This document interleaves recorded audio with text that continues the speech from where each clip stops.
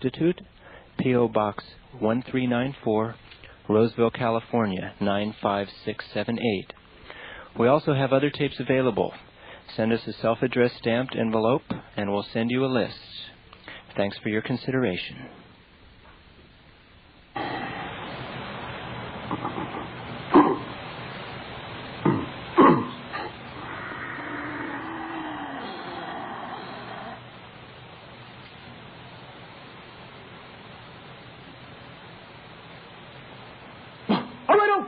We send greetings to you this day of your time as you create time to exist. How are you all this day of your time? Allow us to begin this interaction with the laying of a few foundations between us to provide some commonality for the experience we are sharing this day of your time. Realize that this interaction is for the purpose of providing each and every one of you in your own way, at your own pace, with the appropriate type of tools that you can apply in your physiological reality to create the changes that you desire to occur in your physiological reality on certain levels. You, as an individual, unique being, will always take what we will share with you, and your imagination will transform what we will share with you into whatever unique format you find will work best for you.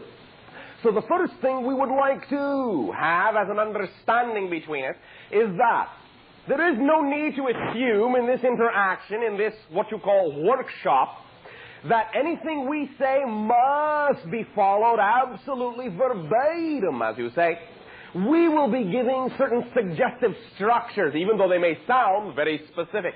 We may say, think this, visualize that, but that does not necessarily mean that your imagination must absolutely, in a rigidized fashion, follow suit. The idea is that your own imagination is a processing unit, and it is ever-changing. It is never static. You are different beings from moment to moment to moment, and therefore your imagination will make different interpretations from moment to moment to moment about the information that it is receiving. We are also a non-static source, and we are ever-changing. Therefore, the dynamic interaction between yourselves and ourselves will never be something that becomes fixed in one particular focus. Realize, therefore, that while we may say certain things and paint certain pictures, you are not required to follow them to the letter, as you say.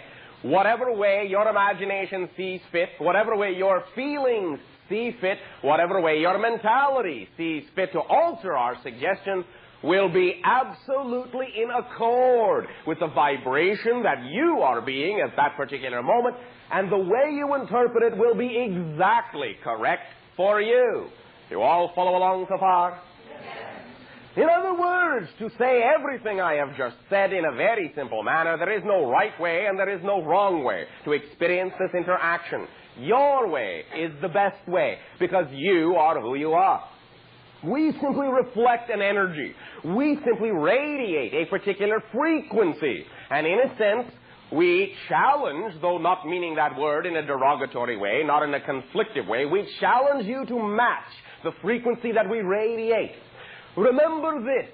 We would remind you very clearly, always, that if you feel in this interaction any changes taking place within an energy field around you, it is not so much that you are feeling our energy, you are feeling your own energy. Yes, you may say, well, I felt your energy radiating from you. But pay attention to the fact that you are your own universe.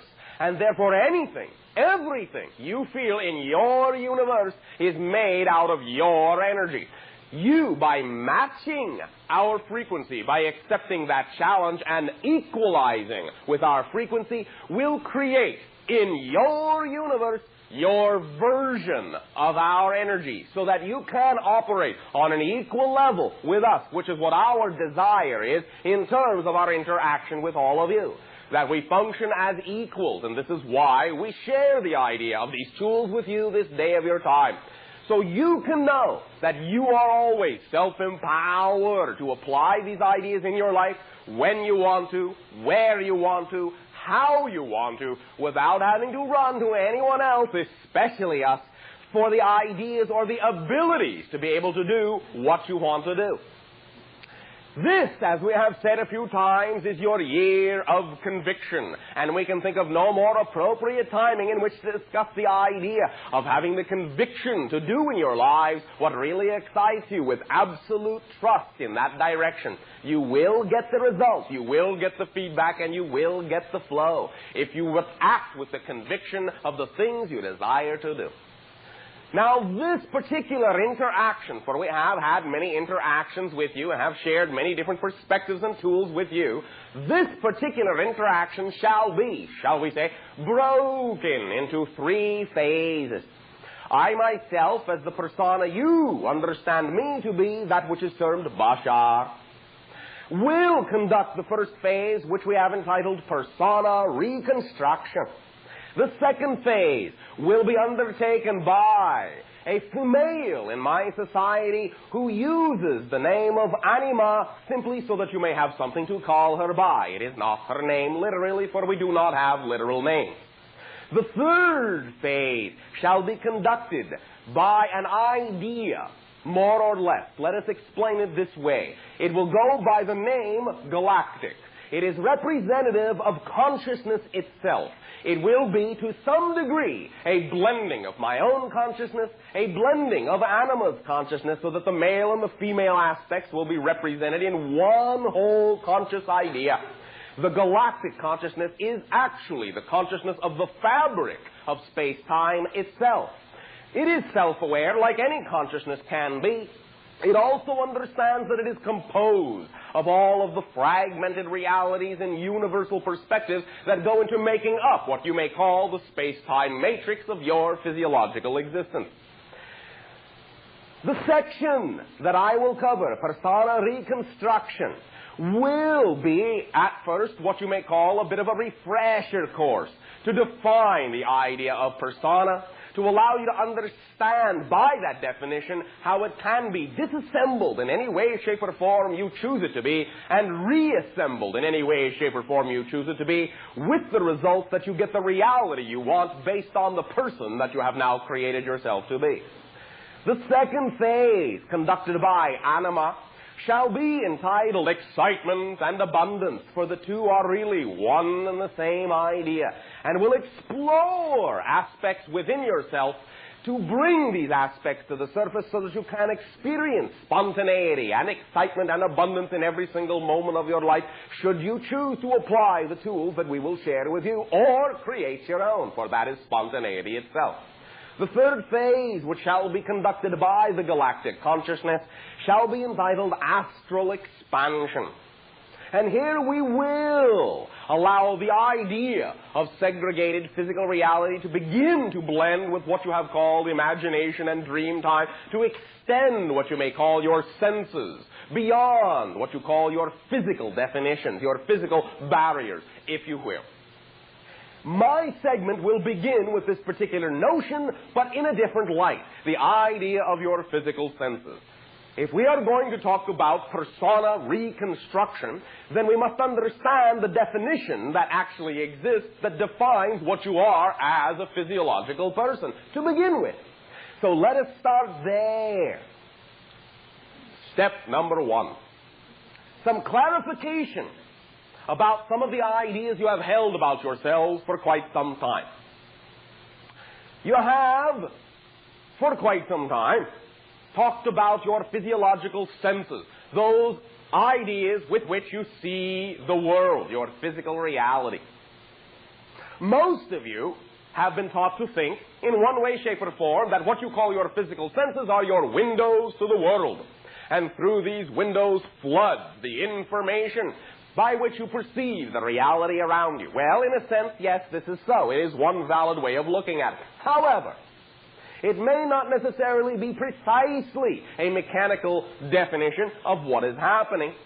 And sometimes it can actually be, in your terms, a bit misleading.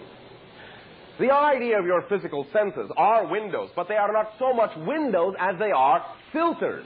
And they actually keep out 99.9% of everything there is to see, to allow you to experience the one focused idea you say you want to experience as your physical reality. So your senses do extend, they do let information in, but only what you decide they will let in. They will only see and will only feel and will only sense what you allow them to. They are completely under your dominion in that way. Now, another thing we would like to illustrate before we continue is that you have also talked about the fact that you have 5 physical senses, and you have hinted at the idea that you may have this mysterious 6th sense, into which you have lumped all sorts of phenomena. All right, fair enough. However, what you are calling the 6th sense, in a sense, is actually the 7th one. You have 7 physical senses, and 1 transcendental one, making a total of 8. Now, you're already, at least to some degree, most of you, familiar with the idea of 5 senses being your sight and your sound and your taste and your smelling and your touch. The 6th sense is what you might simply call orientation. Now, many of you have experienced the idea that you have a very good, or perhaps in your estimation, a very bad sense of direction in terms of space and time. You get lost easily, or you never get lost. This, on one side or the other, is an interaction with your true 6th sense of spatial orientation. It is centered physiologically, basically, for the most part, in your sinus cavities, and is hinged upon a substance that exists in your sinus cavities called magnetite. It is with this substance that the animals in your world navigate and have what you call homing instinct.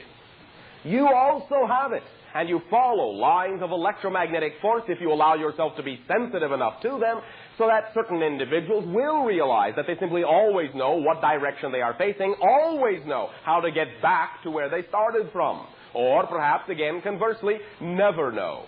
But one way or another, you are simply using that sense, whether positively or negatively, whether through allowance or denial, you are dealing with that particular faculty within you.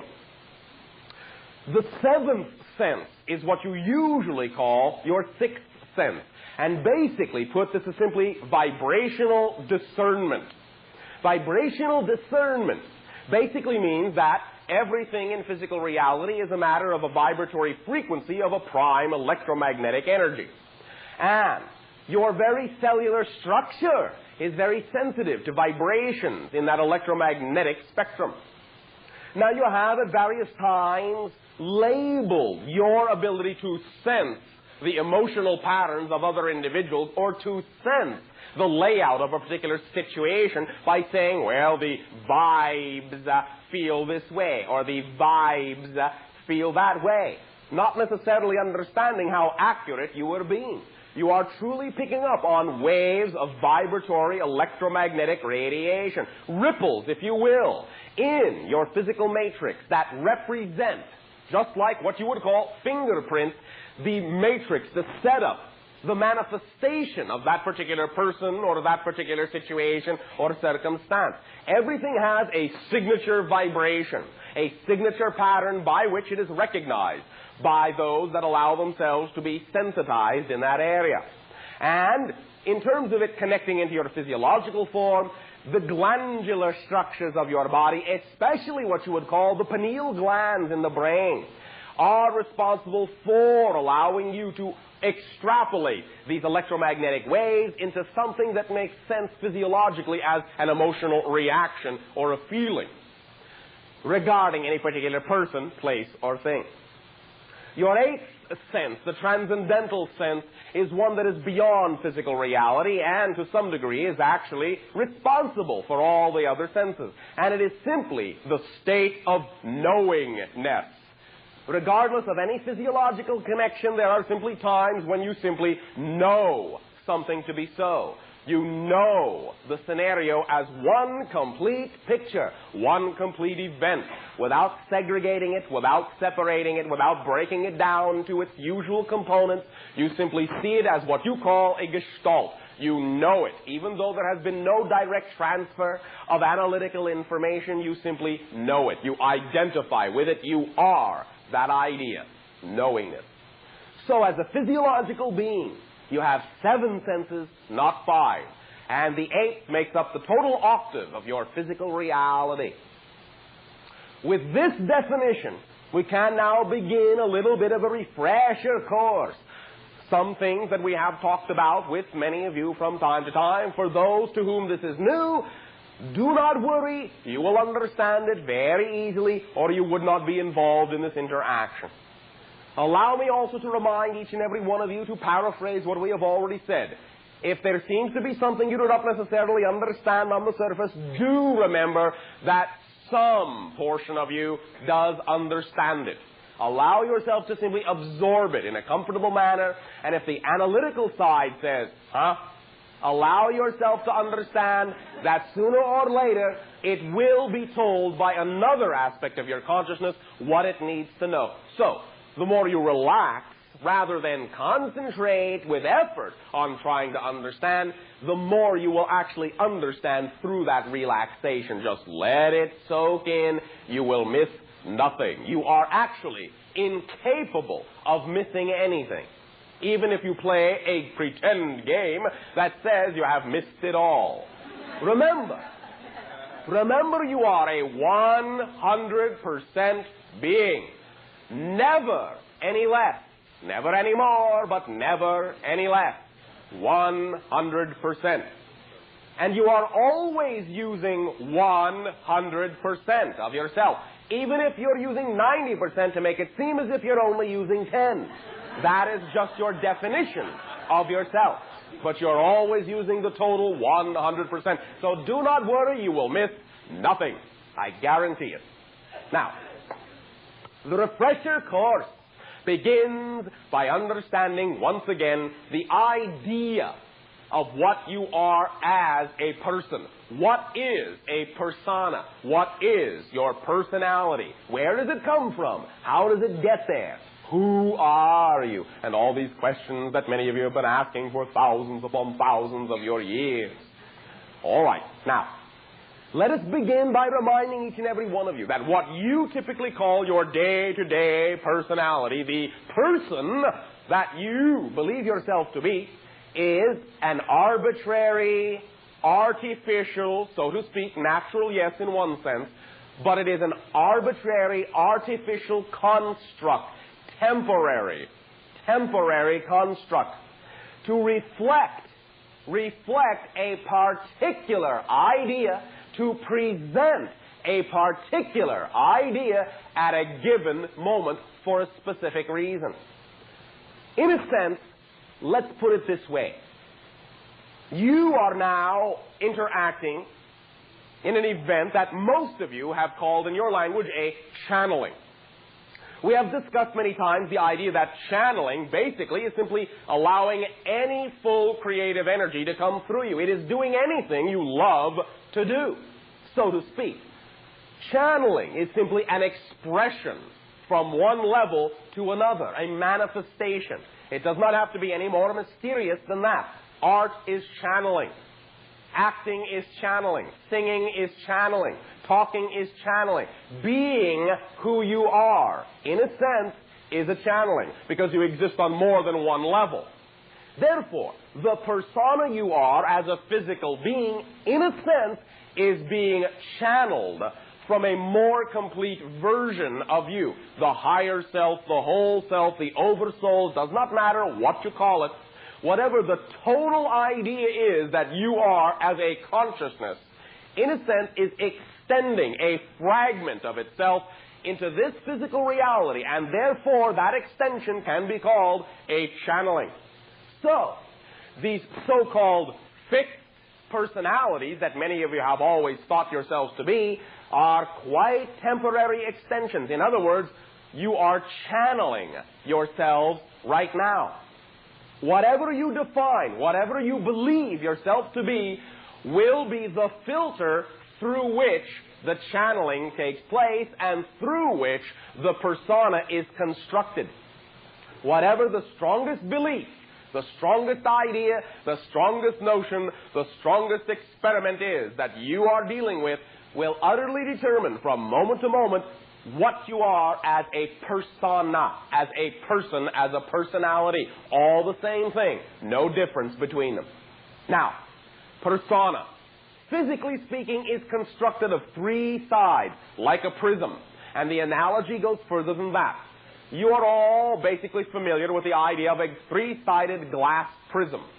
And you know that when you take white light, which contains many frequencies, and you pass the white light through that prism, it is broken down into the diversified spectrum of different colors. You have segregated that white light out. So it is with your personality construct. And the three sides to that prism are called belief, emotion, and thought pattern. When you take the homogeneous, unbroken white light of the overall non-physical being that you are, and you pass that energy through the prism of your belief, the prism of your emotion and your thought pattern, you break down those frequencies into a diversified spectrum, particular aspects, particular fragments that create a particular face, a particular representation of that idea reflected by that prism. If you change any of those sides, change the belief, change the frequency of the emotion, change the frequency of the thought pattern, you change the way the white light, the unbroken you, comes through the prism, you get a different projection, a different reality. The prism is you, your physical persona. The spectrum is your physical reality reflected back to you. If you want to see a different physical reality, a different spectrum, a different ratio in terms of how the colors are spread out in your life, all you have to do is change the ratio of the prism that you are, the persona that you are. And that is as simple as changing a belief, changing an emotion, or changing a thought pattern. Do any of those three things, and you have completely, now I mean completely changed the entire persona structure that you are. Let us digress for a moment. We understand, and this is not the case with every single one of you, but it has been observed by us that there has been created a particular type of approach to things in life on your planet. The scenario we have summed up as this or that. This or that. Well, if it's not this, it must be that. If it's that, it can't be this. Is it this or is it that? Which is true? Which is more real? This or that? From our perspective, it is always this and that. They are both real. They are both true. They are simply truth from different perspectives. If they could not be both just as real, if they could not be both just as true, both could not coexist. You would not see the paradox. You would not see the polarity. You would not see the dichotomy. There would be one very obvious way, and you would never be able to divert or digress from it. The fact that there exists more than one way shows, in and of itself, by definition, that all of those ways are valid ways, and they all can bring an understanding, and they are all reflective of a perspective. You can learn in any of them, anything you want, in any way you want to. The idea to understand is the following thing. When you allow your particular belief, your particular emotion, your particular thought to be redesigned in the way you prefer them to be, then you have changed who you are as a persona, as a physical representation, absolutely, utterly, completely. There is no, oh, well, it's still me with a little bit of a change. This comes from the this or that, the segregational aspect. In other words, it comes from saying, well, all right, here's a cube. It's got 6 sides. They're all blue. I will now paint one of the sides red. Now it's the same blue cube with one red side. Well, no, it's not. It is a completely different cube as well. It is this and that. Yes, you can say it's the same cube with one red side. And, not or, and you can say it is a completely different cube. And it is. It depends on how you want to look at it. If you are willing to allow yourself to understand that you can look at it as if it is a completely new cube, rather than saying, well, is it this or that? If you're understanding that it is both, and that you can choose which one you prefer to be representative of your reality, then many, many more things, many different things can be done with this perspective than were capable of being done with the other perspective that you had. Not that they are not, again, both equal. Not that you cannot necessarily do as many things on both sides. That is not what we are saying. But if you are willing to embrace all that it can be, there are more things that you are capable of doing. So let us for a moment remove ourselves from what can be said to be the old earth pattern of saying it's the same old cube, it's just got a facelift on one side. And instead of saying that, begin to understand, well, if one side is different, it's an entirely new concept. It is an entirely new cube. It is not the same cube. Let's go with that side for a moment, because that is the tool that you can use in your life to change anything you want in any way you want to. Go back to the prism of your persona. You have belief, emotion, and thought. Change your thought.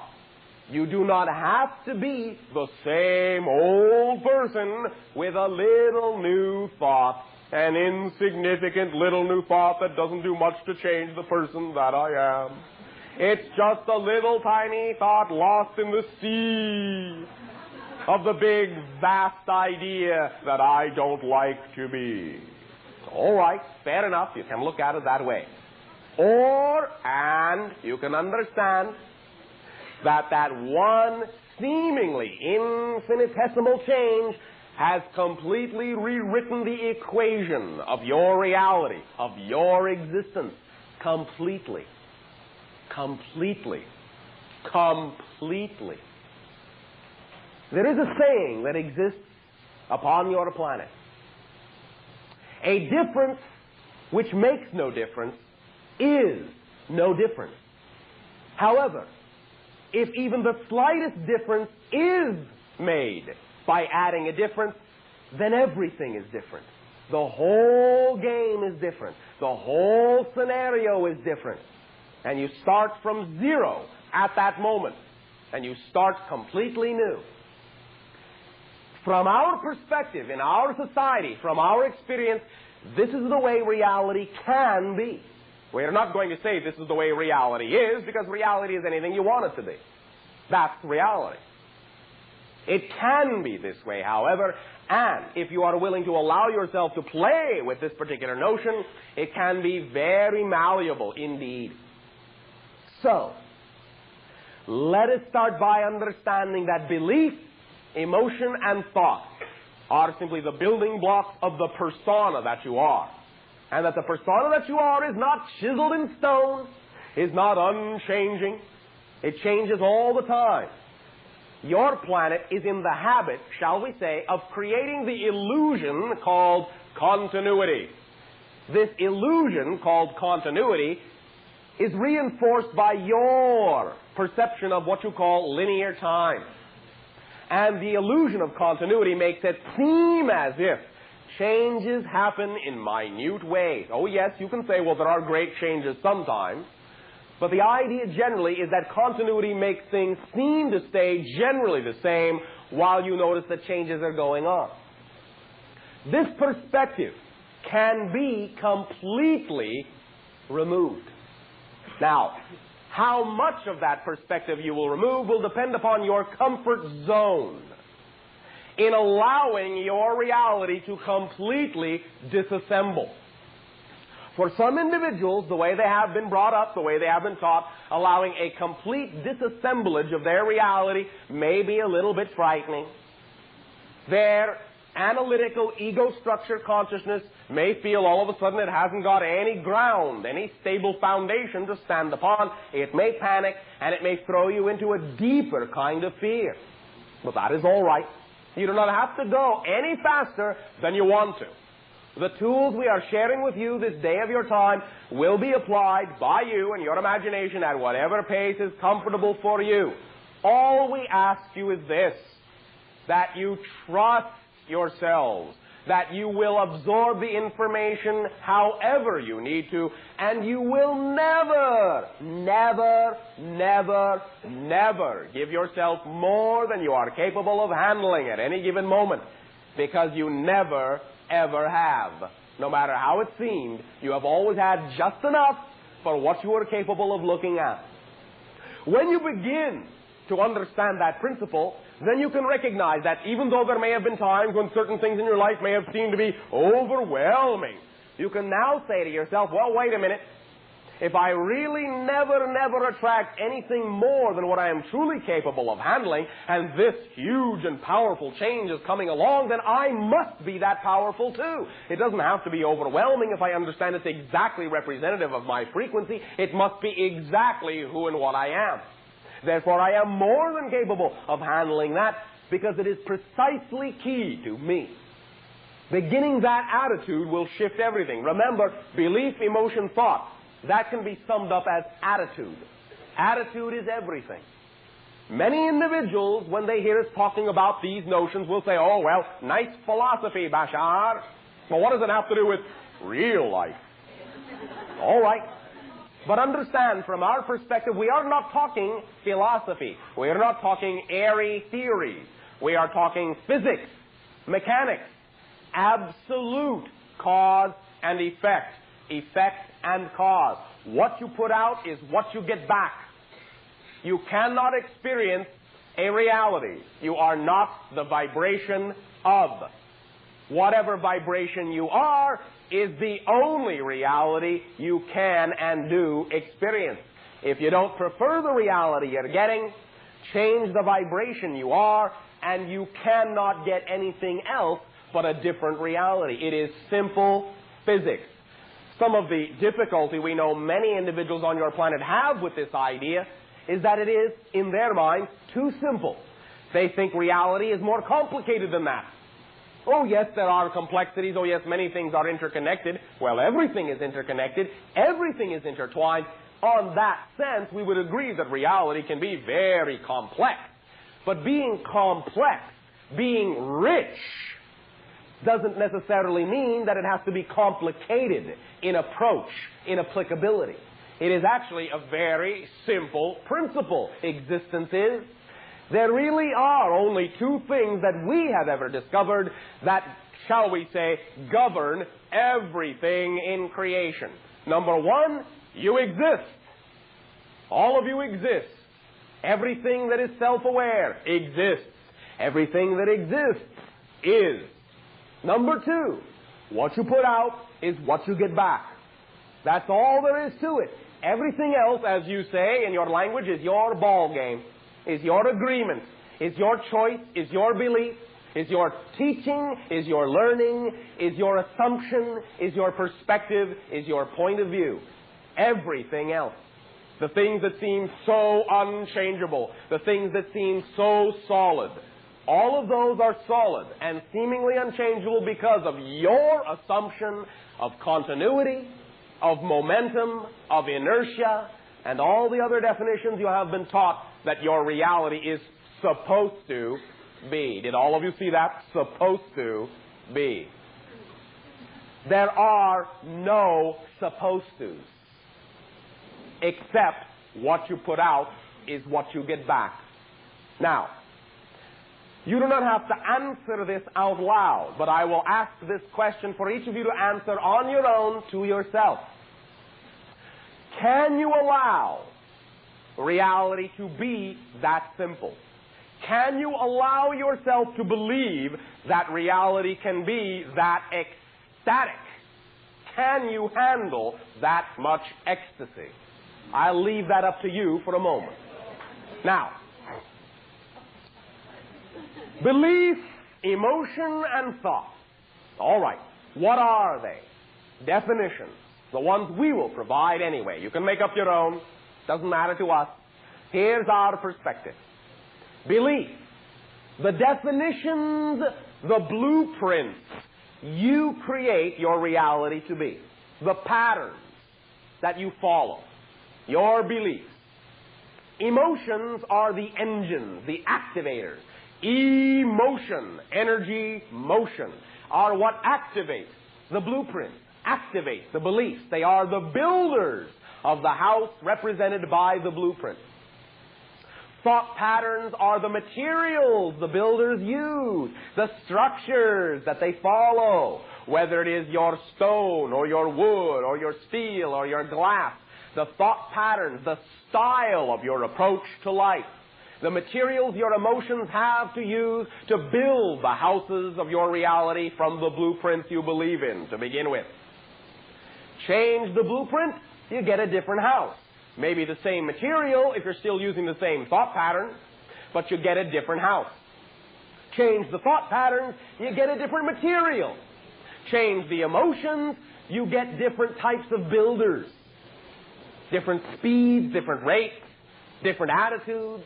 All these ideas work hand in hand to create and build what you perceive to be the physical reality around you.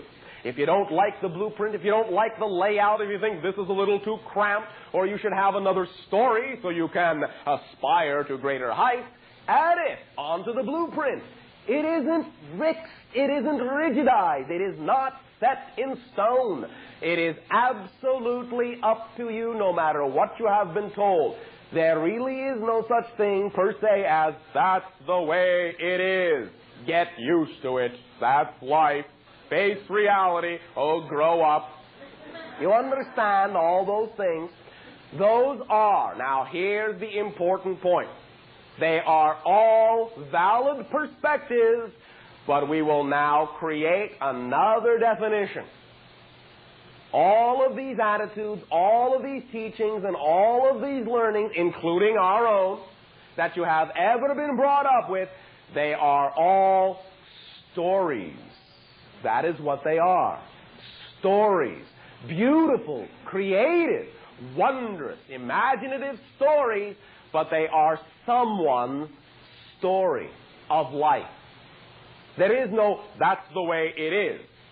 It's that's their story. Now, you can accept portions of their story. You can adapt ideas from their story into your story. But you have your own story. Yes, there are certain things that all of you have agreed will be relatively common or similar in the world story called Earth. But there is a lot of leeway within the pages of the world story. The only reason you have a world story is so you have a background, a foundation upon which you can write all the other individual stories in a way that makes sense to you, experientially, in your life. Eventually, you will together change, as you are doing right now, the world story as well. But it begins by allowing yourself to live to the fullest that you can the individual story you are. Now, many of you spend many years trying to figure out what your story is. That's all right, because that figuring out is a part of your story too. There is nothing that is outside of your story. It is all in your story. It's all yours. Right there on the pages of the book you are. You don't have to go searching far and wide to the ends of the universe to find something that will make sense out of your story. You got the front cover, you got the back cover, and all the pages right with you right now, because you are that book. Now, this does not mean you cannot go looking for things in different places. You cannot go exploring. It does not mean that. By all means, that's a part of your story, too. All we are implying is that there is nothing that is beyond your story that you will encounter. If it doesn't belong in your story, you'll never encounter it in this particular life. If you encounter it, if you're even aware that it can be encountered, it belongs in your story and you can create it. Now, allow yourself, therefore, when you hear other people saying, you can't do it that way, do it this way. This is better than that way. When you hear these things, or you hear, well, that's life, that's the way it is, it can't be changed, it can't be helped. Or sometimes even when you hear the other idea, well, this is all very marvelous, and it's marvelous if you do it like this, but not if you do it like that. If you do it like this, it's marvelous. But if you do it like that, well, less than marvelous. When you hear all of these, let yourself begin to get into a new habit. Ah, interesting story. Fascinating story. Very creative story. Allow me to commend you on such a creative story. Allow me to commend you on your willingness to be of service to me. To allow me to decide what pages of your story fit in my book and what pages do not. Let me also remind each and every one of you, by the way, that we have noticed that it is one of the strongest things that many of you do. To allow yourself to figure out what your story is, sometimes you will find that for some of you it's easier to figure that out by finding out what your story is not. Then you do it through the process of elimination. And sometimes that's why you put yourself through certain scenarios and certain circumstances and you say, what am I doing here? It's to find out what you don't prefer so that you can be more understanding of what you do prefer. You don't have to do it that way. Sometimes that can take a long time, but that's up to you. The whole point is that when you use every scenario in your book in the most positive way you can, you will then allow yourself to learn as quickly as you can who you are, even if it's through the process of finding out who you are not. The sooner you find out in that way and allow yourself to understand who you prefer to be, the sooner you will have a reality that is reflective of that preference. Remember, preference is not judgment. When you say, I prefer this, you're not saying that stinks. You are saying that doesn't serve who I am. It is valid as a lesson. It is valid as a reality. Maybe I used to believe it. Maybe someone else now believes it. But if they believe it and I used to believe it, that doesn't mean I'm so much better and so much greater and that they are still stuck in the muck. It does not mean that. It means their vibration requires that lesson. And your vibration requires this reality, that situation, that circumstance, this lesson. To be more and more of who you want to be. So preference is not judgment. Invalidate any portion of reality, you invalidate your ability to create what you want. Because you are connected to the whole. You are a representation of the whole. Validate any fragment of it, and you cut your own lifeline right now. That's why if you support the total whole, validate the whole, bless everyone's creative story, the universe will support any story you prefer, because you are supporting the whole, and in return it can do nothing else but support 100% your story as well. You understand? So, a beautiful story. Thank you for sharing it. I will see what portions overlap the leaves of my story. Should I choose some of your story and incorporate it in mine, all well and good. Should I choose that some of your story does not match the vibration of mine, I love your story no less. Now, we understand that there are many conflicting points of view and perspectives and personas upon your planet. I am right. No, I am right. You are wrong. No, over here, I am right. You're both wrong. All right. Allow yourself an opportunity also to relax. Relax from having to defend your point of view. If you have to defend your point of view, you are not sure you believe it yourself. So, if you wish some sort of a response to someone who attacks your belief, without being judgmental, we can simply suggest a response that is loving. And perhaps a response that will allow them to think. Not that they necessarily must change, but simply that you give them room to change should they decide they want to. And the response simply is, recognize.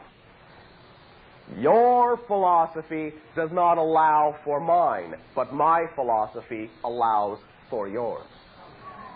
That simply explains the definition of expansiveness and allowance right there. because that is what creation is. It allows all philosophies. It is an absolute contradiction to say the creation gave you free will and then wants to control what you think. Understand, you have free will because you are versions of the infinite. You have in your biblical literature a saying that says you are made in the image of God. How many of you actually understand what that means? What you call God, we call all that is. Infinite, dynamic existence. Self-aware, always creating. Ever anew, always existing. Multidimensional, infinite, and eternal. If you're made in the image of that, that's how powerful you are. For that are your attributes as well. Infinite, eternal, multidimensional. You are creative in your own right. You are given the free will so that you may continue creation as co-creational aspects of the infinite. The idea of creation wanting to control its creations that it is given free will to, in a sense, now I'm going to put this in colloquial terms, and I do not mean anything derogatory by it, nor is it meant to be judgmental. But to assume that creation would create free will and then want to dominate those that have free will is, at best, throwing a gift back in the creation's face. Allow yourselves to be allowing of all beliefs, because all beliefs are faces of creation. That allowance of all beliefs is what allows any belief the best opportunity to change into something more harmonious with all other beliefs. And this does not mean you have to share the same absolute perspective, but all beliefs can be harmonious when they are allowed to be reflective and representative of all of the faces of the infinite, because that is what they are.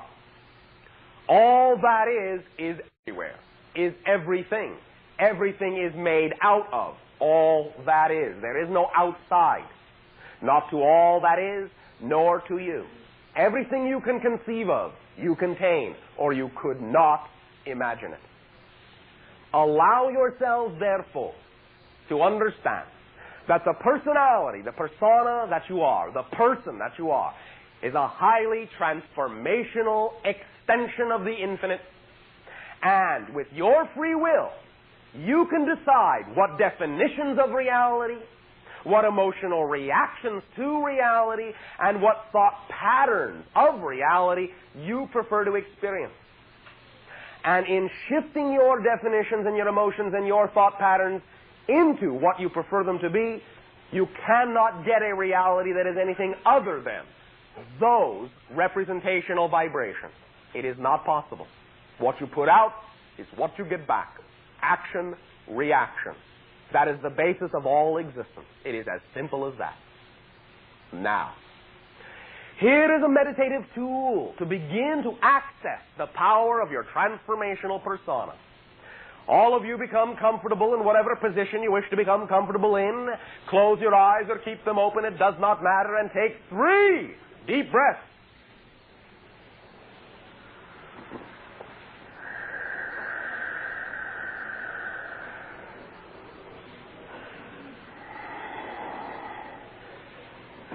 All right, 3 more. And 3 more after that. 3 times 3. Do not hyperventilate. Allow yourself to relax. Easy, long, resonant, deep, creative, fulfilling breath. Easing into a new state of awareness. A state of awareness that is far more representative of the you prefer to be. Because remember this, while you are relaxing, while you are soaking up the energy of your own creative breath, remember this. You are a different you from moment to moment. You are not the same you were a moment ago. In the next moment, you will be another you, not the same as you are right now. If you allow yourself to be a completely different you can begin to understand the following things. You live in the present. You exist in the now. It is the only experiential place and time that you do exist.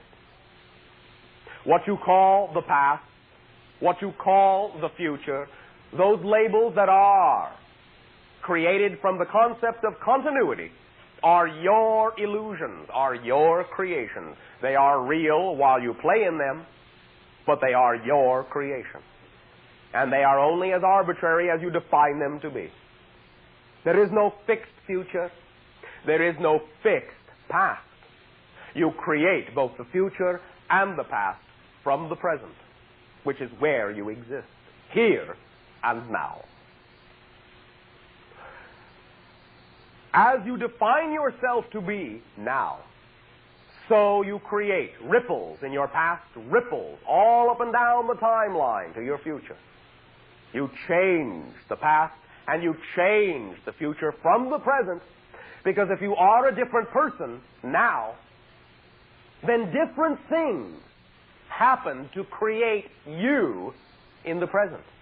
You have a different history, and you have, therefore, a different future as well. Anything you no longer prefer as an association will no longer exist for the you define yourself to be in the present. Anything in what you call your past that you believe up to this point has been holding you back from being who you prefer to be no longer exists if you simply define it out of the definitional equation that is your present self. Change the equation in the present, and nothing that has been attached to the old you will have any effect on you any longer. Remember, what you call a habit, a habitual ritual, a pattern, is something that you do that you don't know you're doing. Once you know you're doing it, once you know you have a habit, you don't have it anymore. You have to be beyond it in order to know you had it to begin with. The only reason it would seem to continue, the only reason it would seem to repeat, is because your definition says that that's what a habit does. Once you know you have it, you are a different person and you no longer contain it. Don't act like it will repeat, and it won't. Don't believe that it must repeat, and it can't. Know that your reality will be what you want it to be, when you want it to be, how you want it to be. Imagine, in any way, shape, or form that works for you. Feel it, see it, smell it, taste it. It does not matter. At this point, just know, in any way, shape, or form that you need to know, that you are now relaxing and sinking down to your place of perfect peace, to your centered state of vibrational existence. And if you find that what you call your analytical mind is chattering along, that is all right too. Do not make an attempt to shut it up. Let it talk all it wants. Because this is a place where you integrate, where you let everything in, and letting everything in drives you into a deeper state of relaxation. You do not need to keep things out to get there. You need to let it all in to get there. The more energy, the more mass you let in, the deeper you will sink into the softness at the center of your being. Any noise that you would have formerly called a distraction, know it is there for a reason. It is a part of your orchestration. Let it in. Acknowledge it, invite it, accept it, integrate it. Acknowledge, invite, accept, integrate.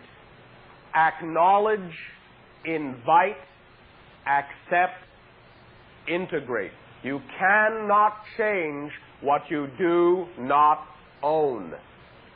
Own it. It's your creation. It doesn't mean you have to prefer it. But if you don't own it, you can't change it into what you prefer it to be. If you deny it, that's not mine, has nothing to do with me. If you run away from it, you have no control over it. Embrace it. No matter how you have been taught to fear it, embrace it. Love it. And you will change it. Accept it for what it is, and then you can do anything you want to with it, because it becomes, as you say, putty in your hand. More appropriately, it becomes putty in your heart. Because your heart is a furnace, a crucible, in which all solid realities melt down into the plastic puddle of golden light. And you can make anything you want out of it from that point forward. Breathe and know, regardless of what your mind tells you, regardless of any other old beliefs, know at this point beyond a shadow of a doubt that you are now at the center of your place of total receptivity, total acceptance, total integration. You have the ability to create or recreate this vibrational reality anytime, anywhere. You need no special conditions. You are a special condition unto yourself. You are an environment, you are a universe unto yourself. Anything that now comes up, let it be reflective of a release of old ideas. Exhale and expel them. Transform them. You are not denying them. You are not getting rid of them. There is nowhere to get rid of anything to. There is no outside. You are transforming them and seeing the reactions in your bodily form, your bodily consciousness. And now, in whatever way works best for you, imagine. Simply imagine that you are a bright, shining crystal. And that this crystal is floating on the surface, at the surface, level with the surface of an infinite energy sea of blue, white, undulating light.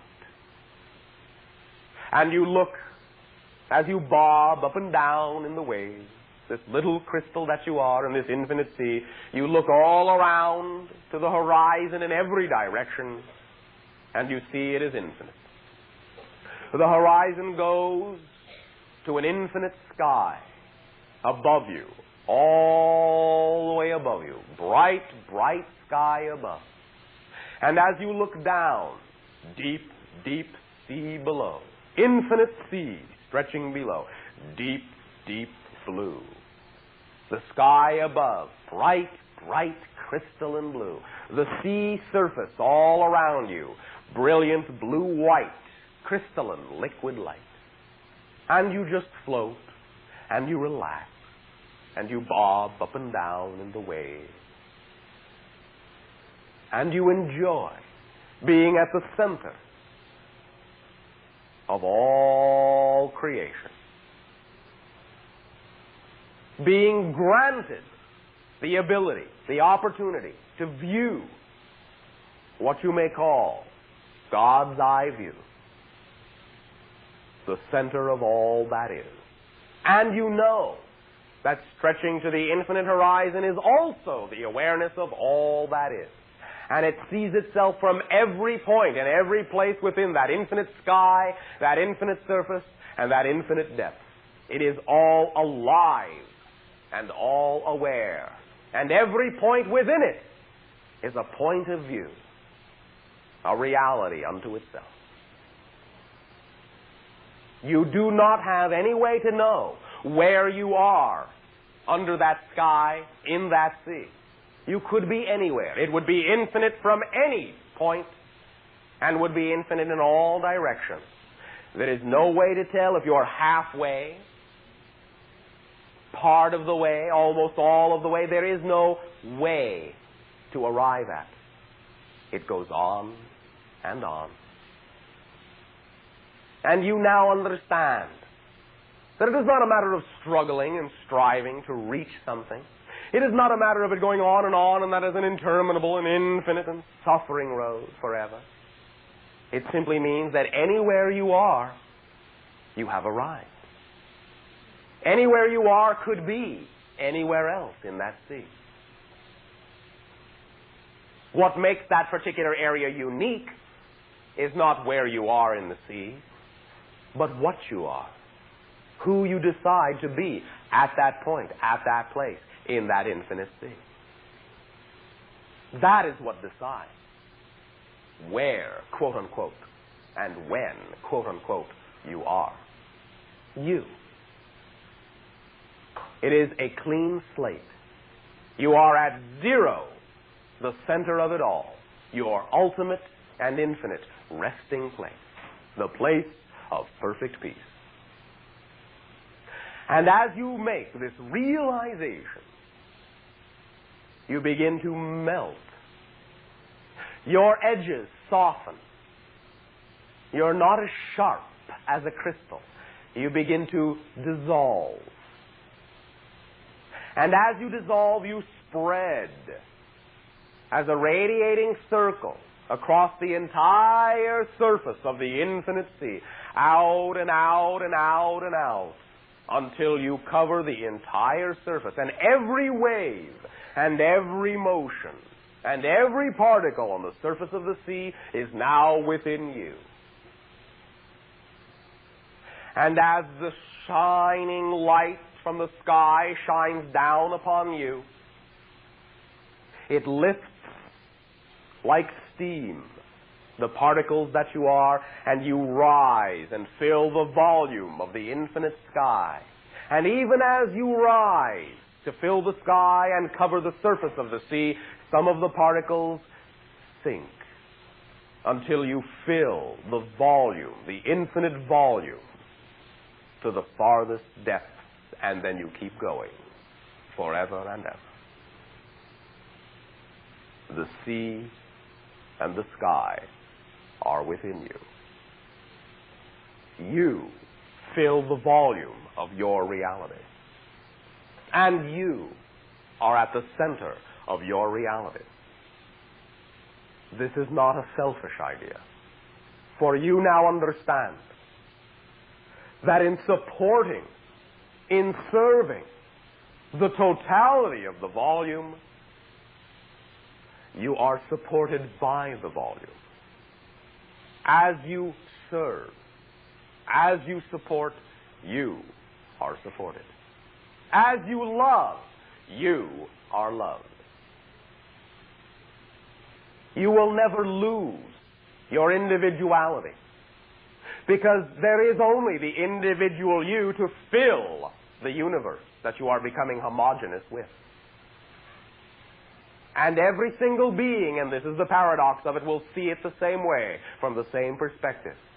All of this expansion will always be happening to you, from your unique point of view. And the same will be going on for all other points of view, and this is the nature of multidimensional creatorhood.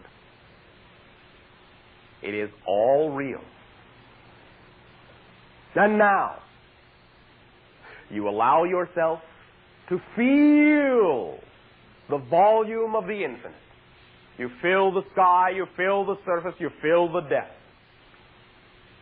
You are expansiveness itself. You are infinity itself. You are eternity itself. Know that whether these concepts are making sense to your analytical mind or not, you are understanding. You are feeling. You are knowing. Now, you decide how you will experience any level that you want to turn this volume into. You are now the sole determiner of how this volume will crystallize into whatever matrix, into whatever pattern you desire it to be. From the center out, see the entire volume crystallize in a perfect pattern that represents clarity, perspective, and insight, stretching to the ends and going on forever. There are no ends.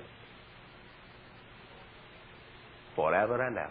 You are connected to it all. It is all connected to you because you are it all. It is all you. It is neither this or that. It is this and that. It is not just the Creator or you. You are the Creator. The Creator is you. The Creator is all that is. And it isn't even necessarily what you may call a creator, for that term is created within time. It is a dynamic existence, self-aware. It is eternity. It is infinity. All of time and all of space is within it. It is not within anything but itself.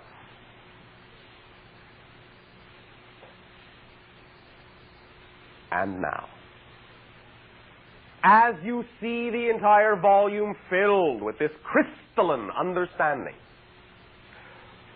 focus on the one facet at the very center. Wherever you determine that center is, will be the center. And then focus on another facet.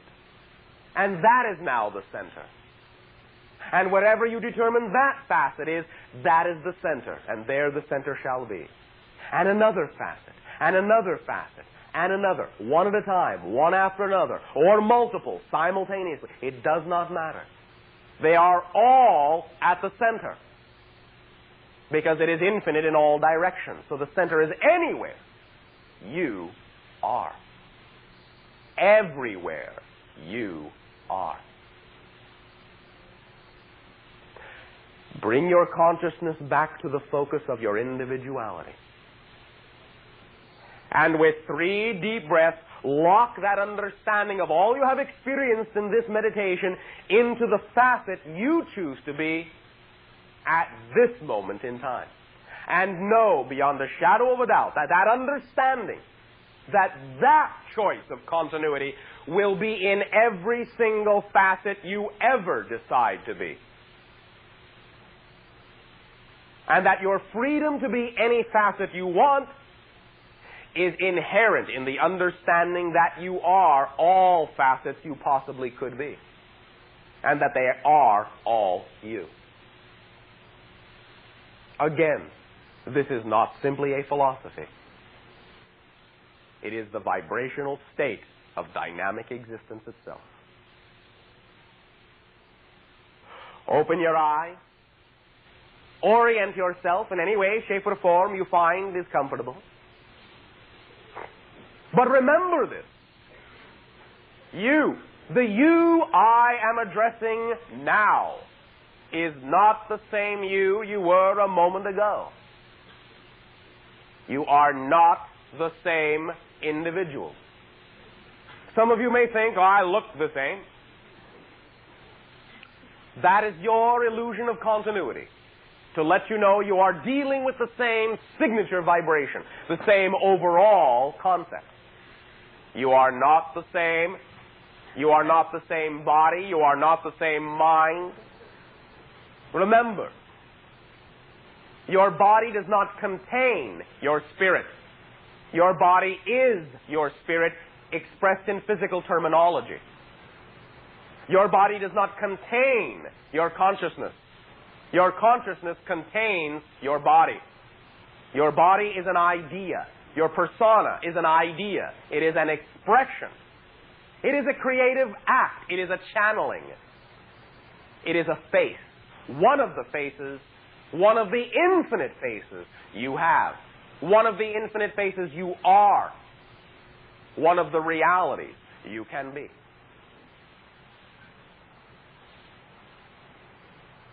All of you now, stand up and stretch your new body. Begin to allow yourself to understand that from this moment forward, as you create time to exist, every single moment of time will create a new body. And that moment by moment, minute by minute, hour by hour, day by day, week by week, and year by year, at whatever rate you are comfortable with, fast or slow, you will allow yourself to redefine the beliefs, the emotions, and the thought patterns more in the direction you prefer them to be, and that you will be the person, the persona that is reflective of the reality you desire. Sit down.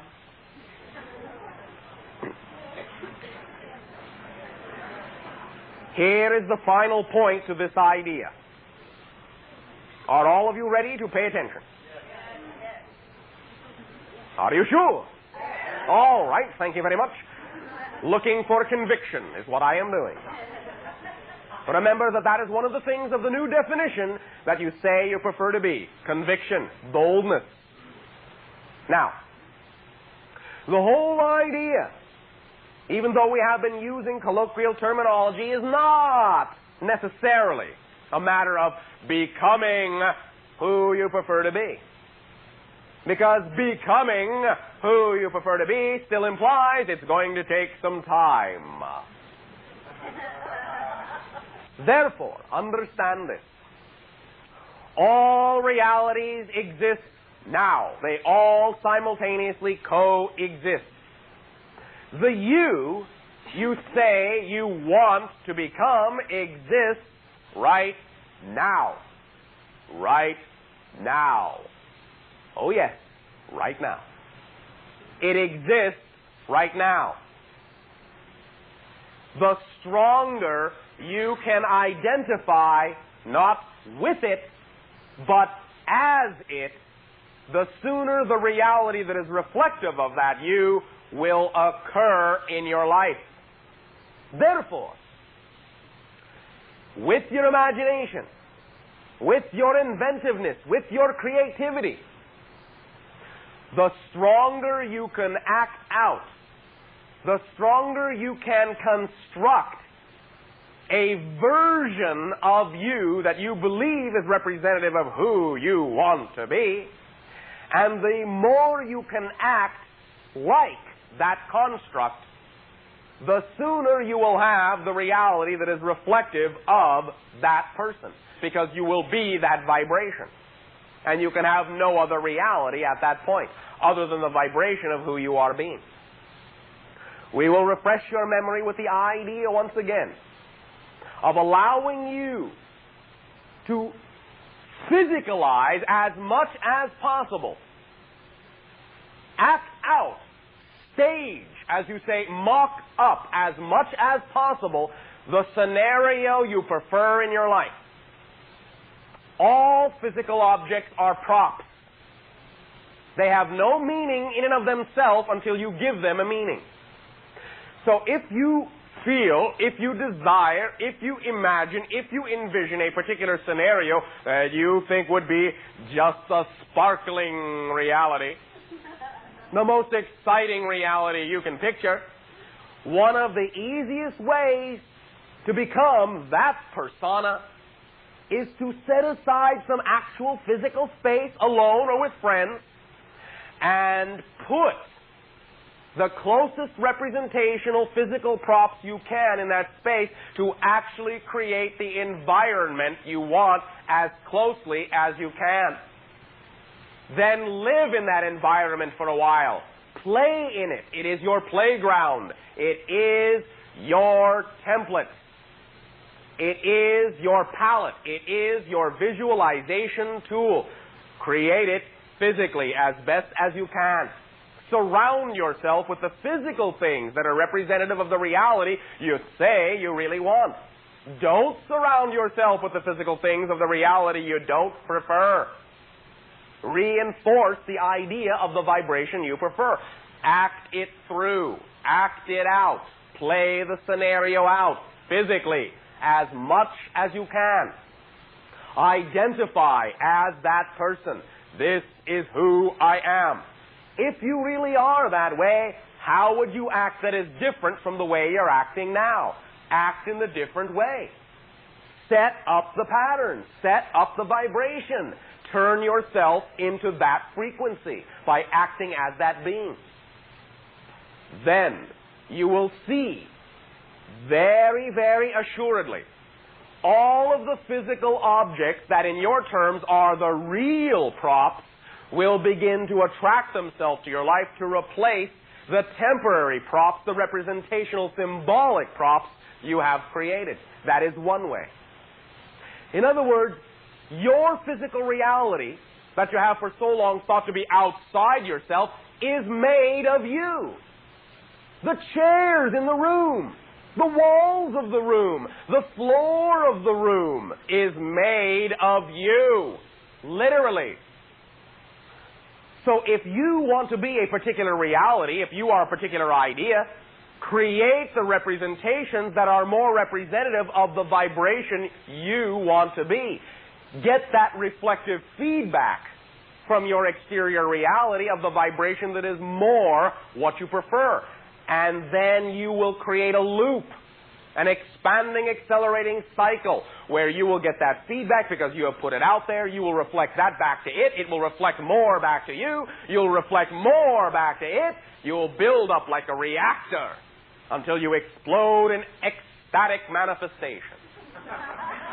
That is what you can do. Now, of course, you can do this negatively too, you know. And from that, I judge that many of you have. The idea is to simply understand that it's the same process. Same process. When you allow yourself to play victim, you surround yourself with the things a victim loves.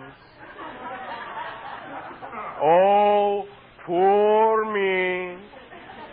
Oh, look, I'll interpret anything I see in a miserable way. I will hope it will get better. But hope implies doubt, so I'm not really sure that it can. Oh, me. I'll walk like this because I will assume that my reality has turned against me and that I'm experiencing a negative thing, therefore I'll act the part. I'll look at all the gloomy stories and I'll nod my head and agree with them. I'll look at the gloomy pictures, or I may try to cheer myself up, but I know it's probably useless. All right, that's creative too. Take nothing away from that. That is a good act. Very creative. However, if you don't prefer it, you don't have to have that one. You can create whatever you want. It's up to you. Up to you completely. Physicalize it as much as you can. Surround yourself with the things that are representative of the reality you say you prefer. Don't do the things that are representative of the reality you say you don't want anymore. Don't reinforce it. Now, some of you will say, well, all right, then that means if I feel like I want to go out and splurge on a $100,000 dinner, I will. I don't have the money. So how can I do that? Again, start with what you can. Mock it up physically. Lay it out. If you have a friend that owns a restaurant, go in after hours, if you wish, or go in while it is open. Play the scenario out. If what you would order would not represent your $100,000 dinner, then play order. Do not order something that is not representative of what you want. Order an empty plate and fill it with your imagination. Or put some representation on the plate of what you believe represents your $100,000 dinner. Well, maybe for some of you, this is something you may prefer to do after hours, rather than having everyone in the restaurant look at you enjoying an empty plate. That is up to you. The more creative you can get with it, the more you can identify with the excitement you would feel if you knew the situation were real, because it is. The sooner you will attract it synchronistically, coincidentally, spontaneously, and automatically in your life. Basically what we are saying is you have many, many, many outlets, many scenarios, many stages upon which you can mock up the entire idea. Do so, because you are tactile beings. You are physical beings as well as the idea of spiritual beings. Use that. Do not deny the value of physical reality. Use it for yourselves. Use the physical symbols. Reinforce the physical symbols that are representative of the physical reality that would be reflective of the spiritual expansion you want. Spiritual expansion cannot take place at the expense of physical reality. You have chosen physical reality. The way to expand is to integrate physical reality in a loving way into your understanding and your definitions. Denying it is not a spiritual expansion. It is a spiritual cutting off.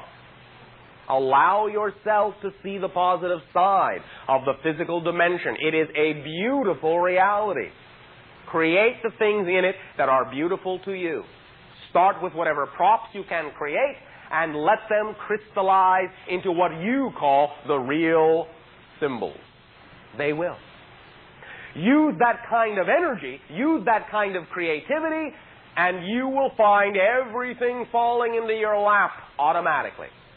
I'll give you one final formula. Now, this again will also perhaps happen in varying ways to varying degrees, but I'll set the stage. I'll make the suggestion just to see what you decide to do with it. Let us now assume the following axiom. Are you ready? Yes. Are you sure? Yes. All right. Everything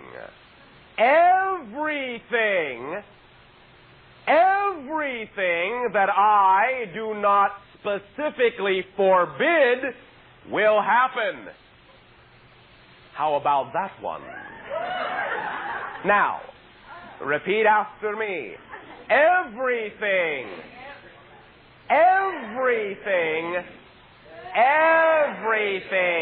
I do not specifically forbid will happen. Let's see what happens. Now, once again, remember, you'll be able to handle whatever does happen. All you have just done with that statement is given yourself permission to allow the things that need to happen to start rolling in. It will not happen faster than you can truly handle it. You are not going to be out of control. It is not a big steamroller coming down a hill to flatten you into jelly. And you don't have to worry, did I forget to forbid something? I don't know. You already know what you're doing. You already know what you're doing. All you have now done is simply given yourself permission to realize you already know what you're doing. Relax. Relax.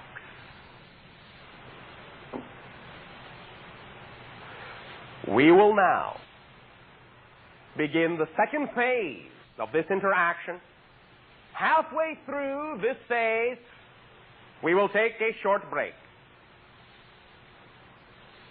From this point forward, we will allow the consciousness of anima to come through, a female of my society.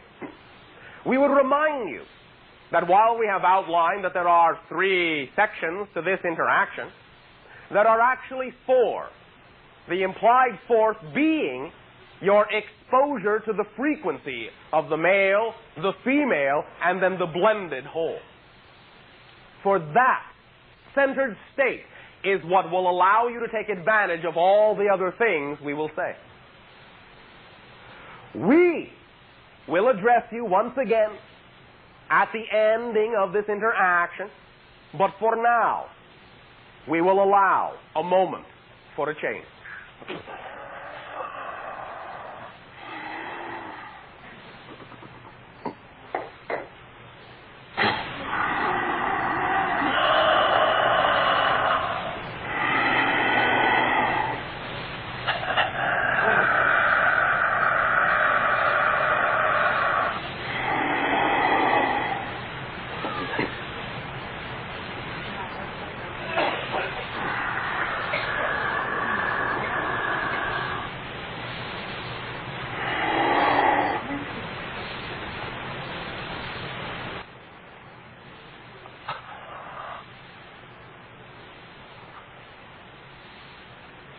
All right, I'll greet you all this day of your time and allow us to begin in the following manner. Understand that many of you have had many notions about what you call the feminine aspect of life. We understand that there is a great deal of polarity and a great deal of dichotomy upon your planet with regard to what you may call the masculine and the feminine aspects. But each and every one of you are now coming to an understanding that each and every soul is neither just masculine or feminine, but is both in a sense. It contains the ability to manifest itself from physical life to physical life as one or the other, or even what you may call a combination of effects. The idea simply is that it is a representation in your physiological terms of one of the ways polarity can be experienced. For polarity is one of the definitions of physiological reality. Now the idea, more often, is that femininity has been labeled upon your planet as the idea of passivity, and to some degree that is so. And masculinity has been labeled as the idea of aggressiveness, and to some degree that is so. But you all know that there is feminine assertiveness, and there is masculine passivity. You all know that you are capable of both sides when you allow yourself an opportunity to explore and discover those aspects within you. The idea of blending and balancing those issues is what allows you to truly live in the moment, allows you to truly be spontaneous in your own right as the unique individual that you are. The understanding of the blending of the feminine nurturing aspects and of the masculine assertion aspects, of the outward expressions and the inward recognitions, a balance of these issues is what will allow you to live in the present. And in living in the present, that is where you can have the sharpest tools for the creation of excitement and the creation of infinite and unlimited abundance in your life. Allow me to remind each and every one of you, just in case you have forgotten, you deserve all the abundance and all the excitement you can imagine. For no other reason other than the fact that you can imagine it. You don't need a special reason to say, I deserve abundance. You don't need a special reason to say, I have to earn happiness. If you can imagine it, if you can perceive it, if you can conceive it, that is sufficient to say that you deserve it. Were it not something you could have, creation would never have allowed you the facility to imagine it. Because creation does not do pointless and extraneous things, you know. Maybe you don't know that. Allow yourself to begin to know that there are no extraneous and pointless creations within existence. If you find within your heart of hearts, within your spirit of spirits, within your soul of souls, within your flame of flames, that you have an overwhelming desire for a particular thing that excites you above and beyond anything else, that desire in and of itself is the signal that that is true for you, that that is correct for you, that that is best for you, that that is your path, that that is your goal, that that is who and what you are. Or you would be excited by something else. As Bashar has explained many times, is your physical translation of the vibrational energy that represents the path you chose in this life. The things that excite you the most are the harmonic resonances that represent your alignment with your path of effortless excitement and abundance. Excitement is the answer that many of you have always asked for. When you say, give me a sign. Why am I here? What is my mission? What is my purpose? What am I supposed to be doing? And something comes along that is more exciting than anything else. And because of the way you have been taught, many times you say, I recognize that you are very exciting, but I can't be bothered with you now. I'm very busy looking for my purpose in life. Everyone has told me that looking for my purpose is supposed to be a very serious thing. And so I have to apply myself in a very serious way, and I have no time for fun, I'm sorry to say. Be that as it may, the thing that taps you on the shoulder and says, I am the most fun you could be having, is the answer to the prayers that you have been sending up. The most exciting thing that comes along that you can be doing with integrity, important point, with all the integrity you have, all the unified, unconditional, loving service that you have within you, the thing that you can do that is the most exciting thing that can be done in that way, nothing else is who you are at that moment. You can try, and you can try very hard to be someone else. You can try to live someone else's story, as has been pointed out. And that's when you get tired. That's when you get run down. That's when you get, how do you say, diseased. Because you are trying to be someone you are not. Trying is tiring. Maybe that's why they begin with the same letters. I don't know. But when you allow yourself to understand that the doing of the thing that excites you the most is who you are, and because it excites you, it's going to be effortless, and because it's effortless, you'll be able to attract abundance before you know it. When you understand that's who you are, I should think you wouldn't want to do anything else. I should think that you would stop trying and stop struggling to be who you are not. But as we have observed your society, some of you don't do that. I don't know why. I would think that you would understand it is the easiest thing in creation to be who you are. But many of you have been taught that it is easier to be something that you're not. You have all been taught, you have all been brought up with the idea, well, at least most of you have, that if you don't suffer and you don't struggle and you don't strive, then you'll amount to nothing. That if you don't work and sweat and toil and do the things that you really hate to do, that you won't build character. You're all characters already.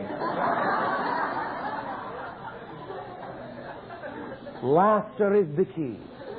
Laughter is the key. Excitement is the key. For when you laugh, you are accelerating your vibratory awareness. You are creating more of an affinity with your laughter to the vibration you know is your birthright. The vibration you know beyond a shadow of a doubt is who and what you are. Let that vibration nurture you. Let what you call creation the Father, creation the Mother, creation the blended idea, let it support you upon waves of joy. Because you were created out of joy. You were born out of the joy, the ecstasy of creation. Do not treat yourselves with disrespect. Do not treat yourselves with any less respect than creation has for you. It created you out of ultimate ecstasy and joy. Why should you treat yourself with any less respect than that? Why should you believe that you have to earn the right to exist? Why should you believe you have to do something to deserve, to earn that right of existence, something special? You are already special. And because you are all special, you are all unique. And because you are all unique, no one is more special than anyone else. That is the paradox of creation, that you are all equal, and yet at the same time, you are all special. Live your specialness. Live your uniqueness. You cannot be anything but unique. Why try to be the same? Now is the age upon your planet where you are beginning to realize that what life is all about is learning to be natural rather than, how do you say, normal. Being natural will allow you to blend with every other being. You don't have to be normal to fit in. If you exist, you fit in. There are no extraneous creations. Nothing was made that is an extra piece. Oh, God will say, I'm sorry I made you. You don't fit. How did you get there? I did not make any room for you. I'm sorry, you'll have to leave. What? There's no outside to leave to? Well, that's your problem. You'll have to find an exit door. And if you don't find that exit door quickly, I may turn into a jealous and a vengeful God and start throwing lightning bolts at you. The story that we have created is to simply point out that it is from the feelings of self-doubt, from the feelings of guilt, and the feelings that you don't fit, that all manifestations of negative relationships with the universe are constructed. Because if you feel you don't fit, you start resenting everything that does fit. And that's when you start getting angry. And that's when you start getting frustrated. And that's when you feel out of control. And that's when you feel like you're sinking down into black oblivion. You don't want to be alone. When you sink down into black oblivion, you want to take as many individuals with you as you possibly can. And that's when you start doing things against other individuals that are not loving. It's because you do not feel loved. It's because you do not feel you are empowered. It's because you deny yourself the birthright that you were created with, to be a part of creation. You fit. If you exist, you have to fit. There are no exceptions. You cannot be where you do not belong. If you do not prefer what you are getting, you have the free will and the right to change that scenario. But learn from the scenario you did create, the one you did not prefer, because that was your creation too. Excitement is where you're at, is where you are. Being impatient, having to get somewhere else, is a denial of the beauty and the excitement of where you are. And if you don't live where you are, you can't get anywhere else. Because every place, every moment is a stepping stone to every other moment. And if you deny the validity of the stepping stone in front of you, you can't reach the one beyond. Live to the fullest where you are. And that now will connect to every other now you can possibly become.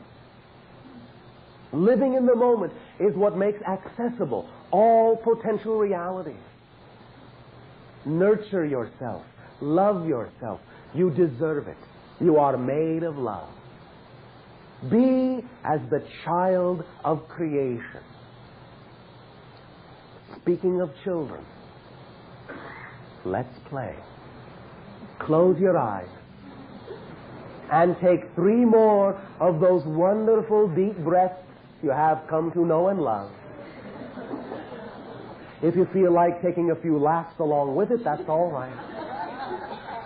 And allow me to remind you of this as well.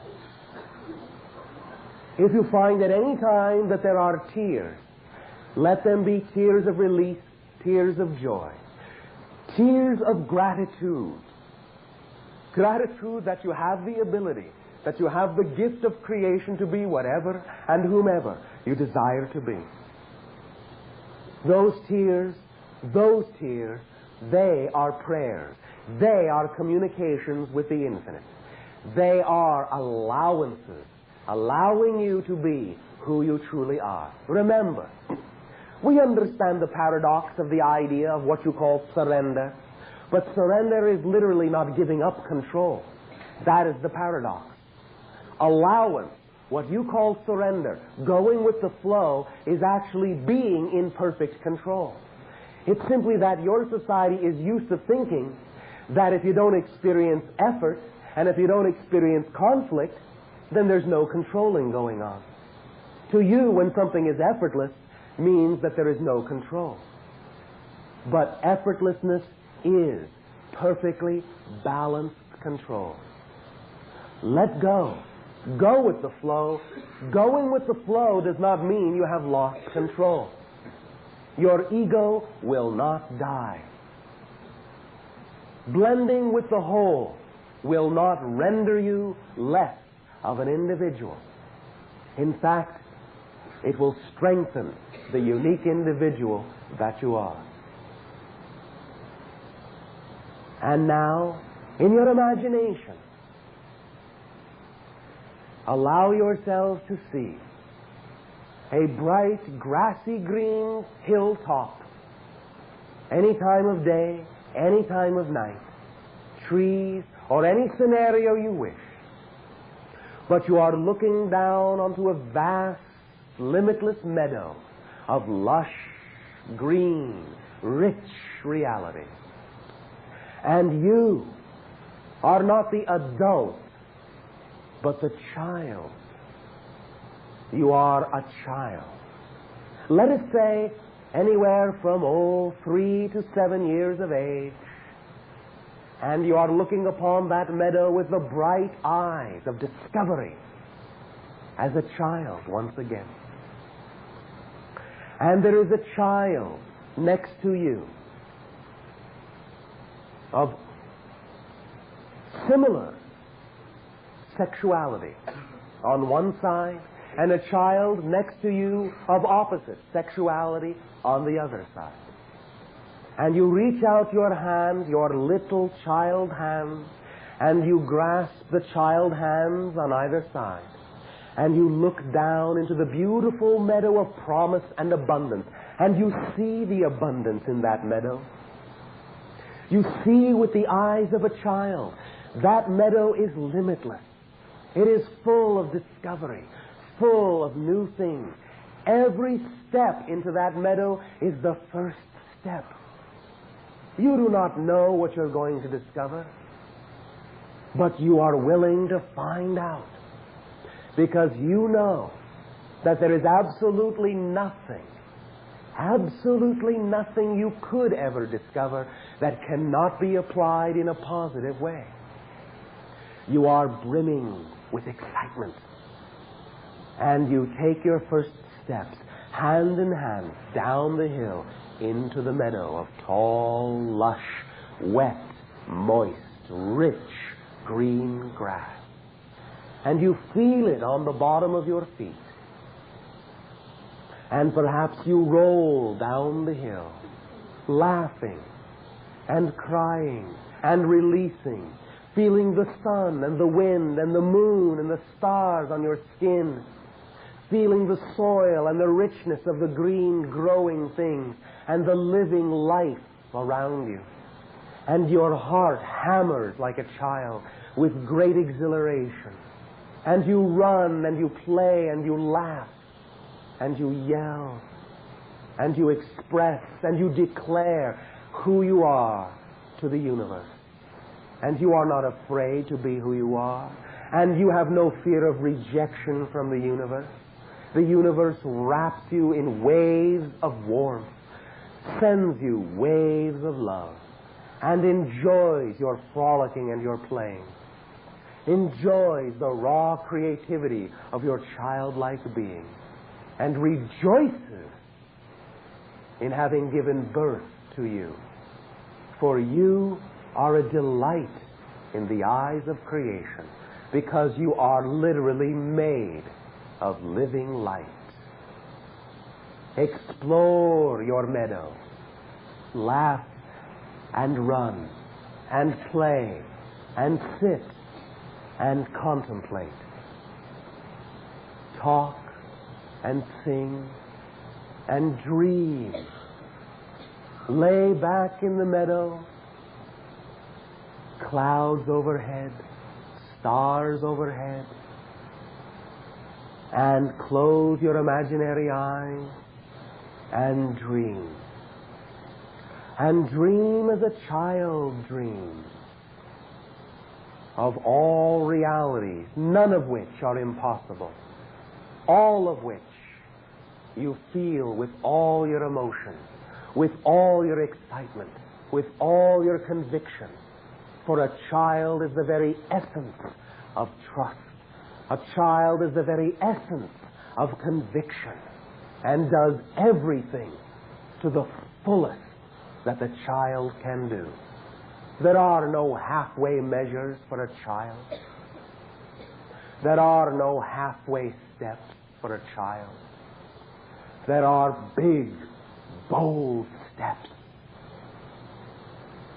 Great strides, infinite reality, unlimited potential, surprises around every corner, corners everywhere to turn, challenges and expansion.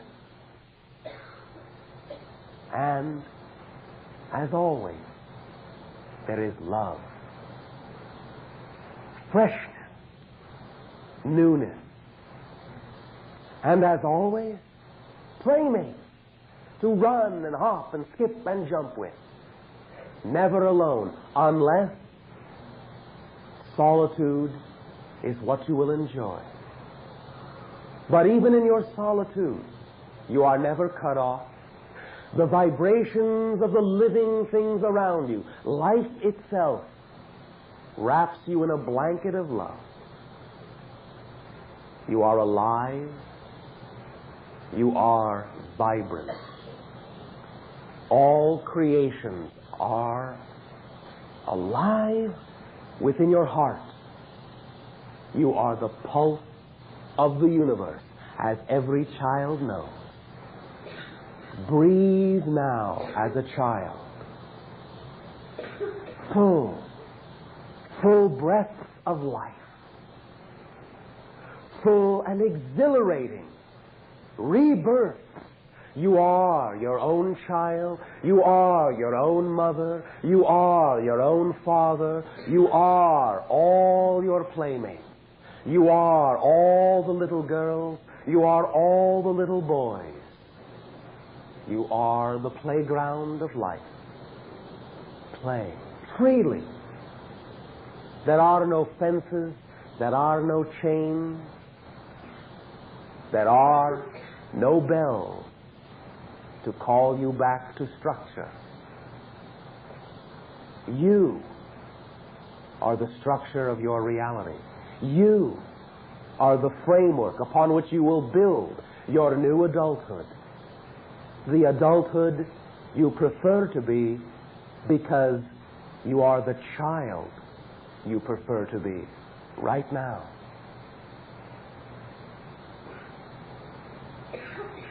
Relive the childhood you prefer to live. And you will become the adult that is the result of that childhood. Breathe it in, and so it is. Breathe it out, and there it is. Breathe it in, and melt down all the old realities in the crucible of your heart. Breathe it out, and crystallize the meadow, the forever meadow of infinite play, infinite combination, infinite manifestation, infinite creativity, infinite love. Dream and play. Play and dream. Breathe and be. You are living light.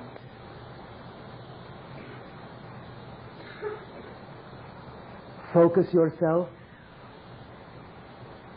Open your eyes and look through new windows. You are a new child reborn. And this is the first half of your excitement, the first half of your abundance, the first half of the tour. We will share more after you have enjoyed a loving and playful and exhilarating break. We will rejoin you in approximately 10 to 15 of your minutes of counting. In those 10 to 15 minutes, remember that you are no longer the same person. Drink deeply with your senses of the reality you are creating around you. Allow the refreshment to come from within. We thank you, and we will reconvene, as you say, in a few moments of your time.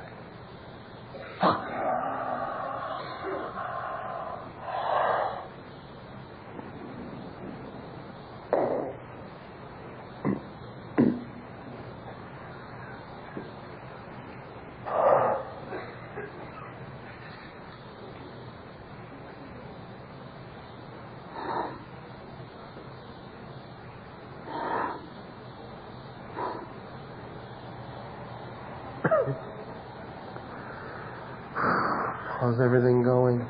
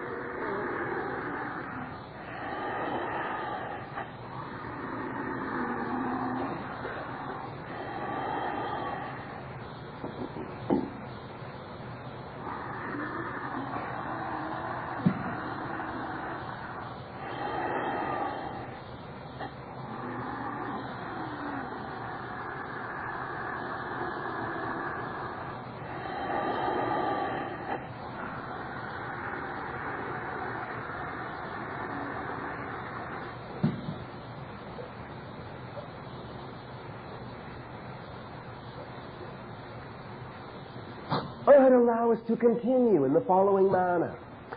We have now discussed the idea of the child within each and every one of you.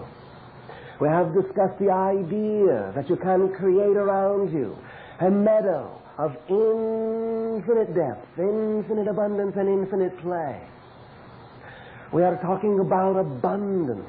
We are talking about your right to attract into your lives those things that are representative of who and what you desire to be. It has been shared with many of you, our definition of abundance. And as a refresher, once again, we will share that definition one more time. Abundance is the ability to create what you want when you want to create it.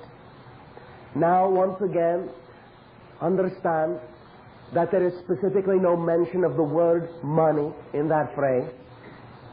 Abundance can be money. In no way, shape, or form are we denying the idea of that particular symbol upon your planet. But what you call money is only one of the ways that you can experience abundance in your world. The ability to create what you want when you want to, that is abundance. And the ability can come into your lives in many ways. The paradox, once again, of the situation is that when you relax your need for money to be the only way you can imagine abundance can come to you, when you relax that particular avenue, when you allow other avenues to allow abundance into your life other than just one, when you're not so insistent on one way being the only way that abundance could come to you, then paradoxically you will usually find that you will have as much of any particular symbol of abundance as you need.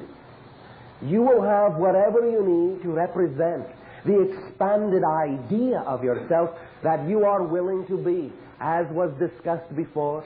Whatever level of conviction you have in acting out, physically acting out those things that you desire in your life, whatever level of conviction you are willing to have to express the being you say you want to be, will be exactly the reflection you will get from the universe as to what you will be handed, what kind of tools and what kind of symbols of abundance you will be handed to work with. Because the universe is not going to give you a symbol of abundance if you're not acting like an expanded enough person, if you're not acting like a person who believes they can handle that much wealth, that much success, that much abundance. The universe will only give you exactly, no more and no less, what you say you are capable of handling. Many of you may have many different definitions about abundance, about being successful, about being rich in many different levels, physically and spiritually. And it is these definitions, once again, the blueprints of your house, which can create a seeming difficulty or a seeming inability to create the abundance you say you desire. You can have all the desire in the world, but if you have a definition that blocks that desire, then all that desire is only going to bring you a buildup of frustration. Allow yourself to recognize that your definitions can be very intertwined. And therefore it is always very important and very critical to clarify the definitions of your abundance or your definitions of anything you relate to in life in order to understand what you believe and why you are getting what you are getting. Because you are getting what you are getting because of what you believe. Whatever you believe to be most true, Whatever you believe is the most likely scenario that you can get in your life is the one that will manifest in your physiological reality. Let me give an analogy. Many individuals in your society have been exposed to different notions of how an individual is when they are rich. It is a standard symbol in your society, and I will use your common vernacular in this just to paint the simplest possible picture, to think that when an individual all of a sudden comes into a great deal of wealth, that they must begin acting like an idiot. None of you wants to act like an idiot. If you have been ingrained to believe that you cannot have wealth without having ostentatiousness, without having bad manners, if you believe that people who have wealth run over other people, look down upon other people, if you believe that people that have wealth do not care for other things, are greedy, and are only focused on what they want, and you do not want to be like any of these people, if you make a strong association to the idea that this is what wealth brings you, then you will usually feel that you cannot have wealth without having all these things you do not want. If you feel you cannot have wealth without having all these things you do not want, then you will keep the wealth at bay. As long as you make an association that one must come with the other, you will keep what you want at bay. But when you begin to understand that your definitions are your prerogative, and that you can create any kind of definition that you want, and that the definition you create will be a distinctly different universal reality from any other definition you could create, then you can be very specific about the type of reality you desire. You can say, all right, well, I want wealth. I have come in my examinations to realize that I believed that in order to have wealth, I had to be an idiot. Or that if I got wealth, I would have to start acting like an idiot, and I do not want that. Why did I believe that? Perhaps I was simply brought up believing that idea. But now I know I do not have to believe that any longer. I understand that the concept of being successful, that the concept of having abundance does not automatically bring with it the idea of all of that, all of the negative, all of the better than thou attitudes. One does not have to go hand in hand with the other. Therefore, I can clarify my definition. I can define what type of successful, what type of abundant, what type of wealthy individual I prefer to be. How it is I prefer to express myself as a wealthy individual, knowing beyond a shadow of a doubt that everything that I expressly define that does not belong in the definition I prefer will in no way, shape, or form have an ability to manifest itself in my reality. What I know is my preference will be the reality that I get. What I know is not my preference will have no way to sneak into my reality. Unless, of course, I choose to believe that things that I don't prefer can sneak into my reality, and that's a belief. Many of you have those beliefs. I will paraphrase one that we hear quite often. Many of you say, well, all right, let's say I choose a positive reality. Let's say that is really my desire. Well, it's going on, and things are being wonderful and positive, and as you say in your language, hunky-dory. And then many of you say, but how long can this last? This can't go on forever. I don't know if I have the strength to maintain this positive reality. All of these are variations of the same idea that something can slip in against your will, against your decision. It cannot be so. It has never been so. Your assumption that something can slip in is definition enough, is belief enough to make it slip in. But you are choosing to have it slip in by your choice in your belief. The idea is that you can be doing something very positive, and here is the phrase many of you use, and all of a sudden you can slip out of a positive reality into a negative one. Back, as you say. I might slip back into a reality I don't prefer. How is that so? How is it that you can slip in that way? Let us paint this scenario. You have two mountains. Mountain A is a positive mountain. Mountain B is a negative mountain. In between is the valley. If you're going to slip off of any of those two mountains, the only place you can slip to is the valley at the center. You cannot slip from a positive mountain all the way over to a negative mountain. You have to make a choice to climb one mountain, to believe in one mountain or another. If there is any slippage that occurs at all, you will simply wind up back in the center at rest at the bottom of the valley and can still make your choice from there as to go back up the positive mountain or go up the negative one, but you will not be in an automatic negative state. There is no reason to assume that negativity, here is the important point, are you all paying attention? Thank you very much. There is no reason to assume, that negative reality is inherently more likely to occur than a positive one. It is simply how you have been trained to think. Example. Here is a story of individuals that are going through many conflicts and many struggles and many strivings, and maybe they succeed here and maybe they fall back there, as you say, and then maybe overcoming great odds they finally succeed and they wipe their brows and they are proud of themselves, and you walk away from the story saying, oh, that was very realistic. And over here someone says, and this person met this person and everything was wondrous and everything was fine and they lived happily ever after, and you say, oh, what a fairy tale. Who believes in that? That's not real life. That's not reality. But why not? It is because you have been trained to believe that. It is because you have been trained to believe that there can be such a thing as too much of a good thing. It is because you have been trained to believe that good things may not last. It is because you have been trained to believe the following thing.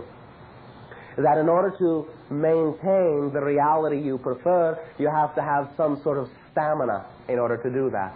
That it requires some sort of effort or strength to keep that reality from slipping back into something you don't want it to be, as if that reality were not a natural state. It is a natural state. Whatever you decide is your reality at any given moment is your natural state. The only way you can experience any other reality is if you choose to. You cannot slip out of your natural state. You can only transform into other natural states based on your beliefs, based on your choices. Allow yourself now to begin to truly understand that you are in control and that the decisions you make stick until you make another decision that counters the first one. You are always in control. Even when you are creating a scenario that makes it seem as if you are out of control, you are controlling that. You are very sneaky people. You are very clever people. You are very creative people. All beings in creation are that creative. And you have, for many thousands of years, exercised your creativity to play certain games of hiding portions of yourself from other portions of yourself. Now you are through with that game. You have played that scenario all the way out, as you say, to its tilt. It is now that you are learning that there are other games to play, games of integration, games of remembering who and what you are. And now you are beginning to explore those games, and that is why we are capable of having this interaction with you this day of your time at all. Now that we have discussed the idea of how you play as a child, let us discuss the idea of the adult that child has become. Let us take the scenario another step further, and you may all flutter your eyelids and go deeply into your centered state of perfect peace.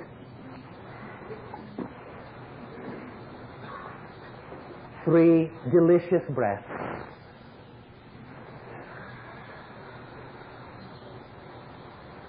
And as you breathe more and more deeply, allowing yourself to feel that perfectly centered place, once again allowing all sounds, all feelings in, integrating, inviting, acknowledging, inviting, accepting, integrating. Everything in, everything that you experience is a part of the picture, nothing extraneous. As you now drift into that centered state of deep and relaxed breathing, allow yourself to see the adult that you are. See yourself standing there in whatever you take to be your bodily form, whatever comfortable form that is. And allow yourself now the following imagination scenario. Standing approximately 10 feet away from you and facing you is a replica of your body. See it, feel it in whatever way works best for you. Walk over to that body. Look at that body. Walk all the way around that body. Float above and below that body. Look at it from every angle. Become very familiar. Begin to recognize what you have created. Begin to see the symbologies in what you have created as they are representative of ideas that you are working with, notions that you may be working through, directions in which you can be moving, things that can give you a suggestion of directions to move in. See the encapsulation, the incorporation of all the ideas. See them reflected in that form. And then, face that body, standing once again approximately 10 of your feet away, and see that body, see those eyes looking at you. And now extend an invitation. Acknowledge that body and extend an invitation. As you walk toward that body, allow that body to walk towards you so that you will inevitably meet halfway. And as you meet, open your arms, extend your arms wide, and give yourself a big hug. Embrace yourself in acceptance. And as you love yourself, forgive yourself for everything that you felt has been negative in your life. Allow yourself to recognize that they have all been lessons. Allow yourself to recognize they have all been for a reason, your reason. Hold no grudges against yourself. And as you accept yourself for what you are and what you have created yourself to be, integrate yourself by imagining the two bodies merging into one. And feel the heart beating as one. Give yourself permission to be one with yourself and to love yourself unconditionally. Love is what you are made of. Love is your right of birth. And now, as you feel yourself to be one being in this way, look around and see again 10 feet from you another body. But this time, it is not the body exactly as you see your own body. The body that is now 10 feet in front of you is the body you would have had you been born in this life your sexual opposite. See what you would have looked like had you been your physically sexual opposite. Look at the male if you are female. Look at the female if you are a male. See what your twin would have been as an opposite. Go to it and walk all around. Acknowledge the things that are there, the shapes and the sizes, the angles, the dispositions, the attitudes, the carriage of the body. Float above, float below. Observe it from all angles. Become familiar with the idea of how you as a soul would have expressed yourself had you been born this way physically. Then go back to your starting point 10 feet away. And now, allow yourself to understand you send out an invitation and you walk toward the center, and that body, as it looks at you, walks toward the center. And any fears that may come up dissolve in the light of your love. And any apprehension dissolves in the light of your love, in the light of your understanding, in the light of your forgiveness, in the light of your support for anything you feel that aspect of yourself may have caused in terms of suffering. Forgive and love. It is only an extension of you. And as you meet in the middle with open arms, embrace that portion of you, your male or female polarity. Hug and love and feel the beating of your hearts pressing together. Nurture and forgive, and let it be all right to love in a clear and open manner. And then integrate. As you hug, feel the bodies merging together until you become one expression, one idea, and see the bodies glowing with a light and a life all their own, a renewed spirit, a renewed fresh idea, a renewed balance, a renewed vigor, a renewed vitality, the ability to give birth to the self, the ability to support the self, the ability to assert the self, the ability to nurture the self, the ability to support all others, the ability to nurture all others, the ability to inspire all others by being fully the self. Jealousy is simply when you see something in someone else and you don't believe you contain it as well. Inspiration is when you see reflections in someone else of that which you know you also contain. Be inspired by what you see. If you have the ability to perceive it in someone else, you must contain it as well, or you wouldn't be able to perceive it in them. You can only perceive what you contain. Be inspired. Do not be jealous. You are not at war with yourself. You are not your own rival. You are not in competition with yourself. You do not have the need to split yourself asunder. Marry yourself. Forgive and love. Acknowledge and go beyond the need to forgive. All is as has been necessary for you to grow. Nurture and love. There is no betrayal. There is no underhanded. There is no backstabbing of the self by the self. All has been an illusion. You are now in the womb of your own birth, of your own life, and of your own transformation. Love has always been existence. Love exists now. Love will always exist. Unconditional love is yours to tap and flow through your being so that you may blossom like the flowers in the meadow of your childhood. Be the adult that is the adult of that child. Be the child of that adult. You are your own parent. You are your own child. You are an infinite being on wings of light. As an adult, it is all right to play. As a child, it is all right to be serious.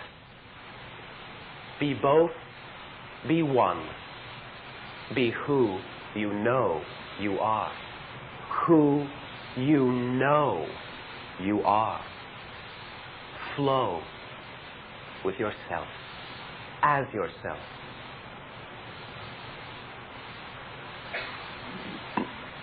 At this point, take 3 loving breaths and feel the life of the universe flowing through. Flowing in, flowing as who and what you are. Open your eyes and know once again beyond the shadow of a doubt that I am not speaking to the same individuals I was speaking to a moment ago. I greet you all anew. You are all, in that sense, in every moment reborn. I wish you all happy birthday. All your wishes, all of your wishes do come true. All you have to do is define what your wishes are and you will know why you are getting what you are getting. You are a great gift. Surprise yourself in a joyful way by being willing to unwrap the present that you are. Share it with all other beings, for you are unique. And remember also this: one of the greatest gifts you can give is to allow others to give to you. We thank you for allowing us to give to you in this way, and we thank you for giving such a beautiful gift of yourselves to us. I thank you personally for allowing me to interact with you at this time and to share with you my love. There will be a moment of transition.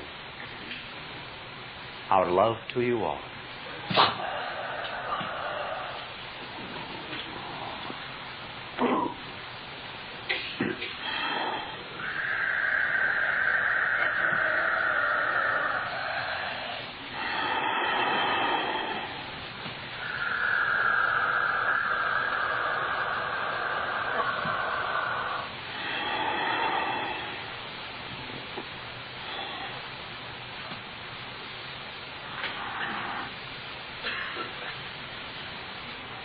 We are old, you are old.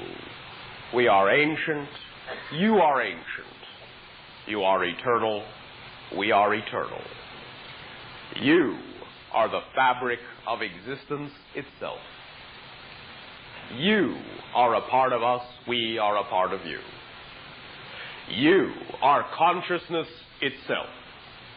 Wave after wave of consciousness, manifesting itself in simultaneous manifestations, multidimensionally, always dynamic, always interacting, always creating anew.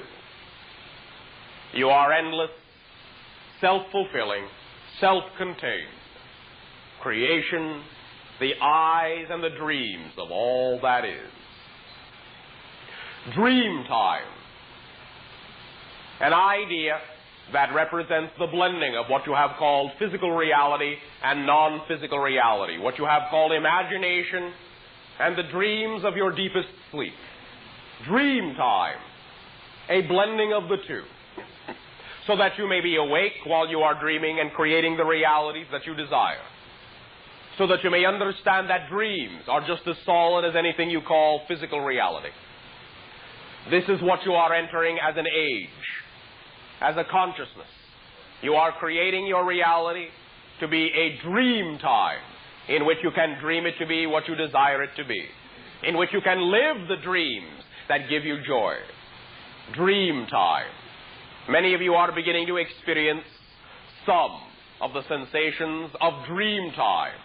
The idea of having a thought, having a sharing, having a communication, and asking yourself, is this something I actually said, or did I dream it? I do not remember.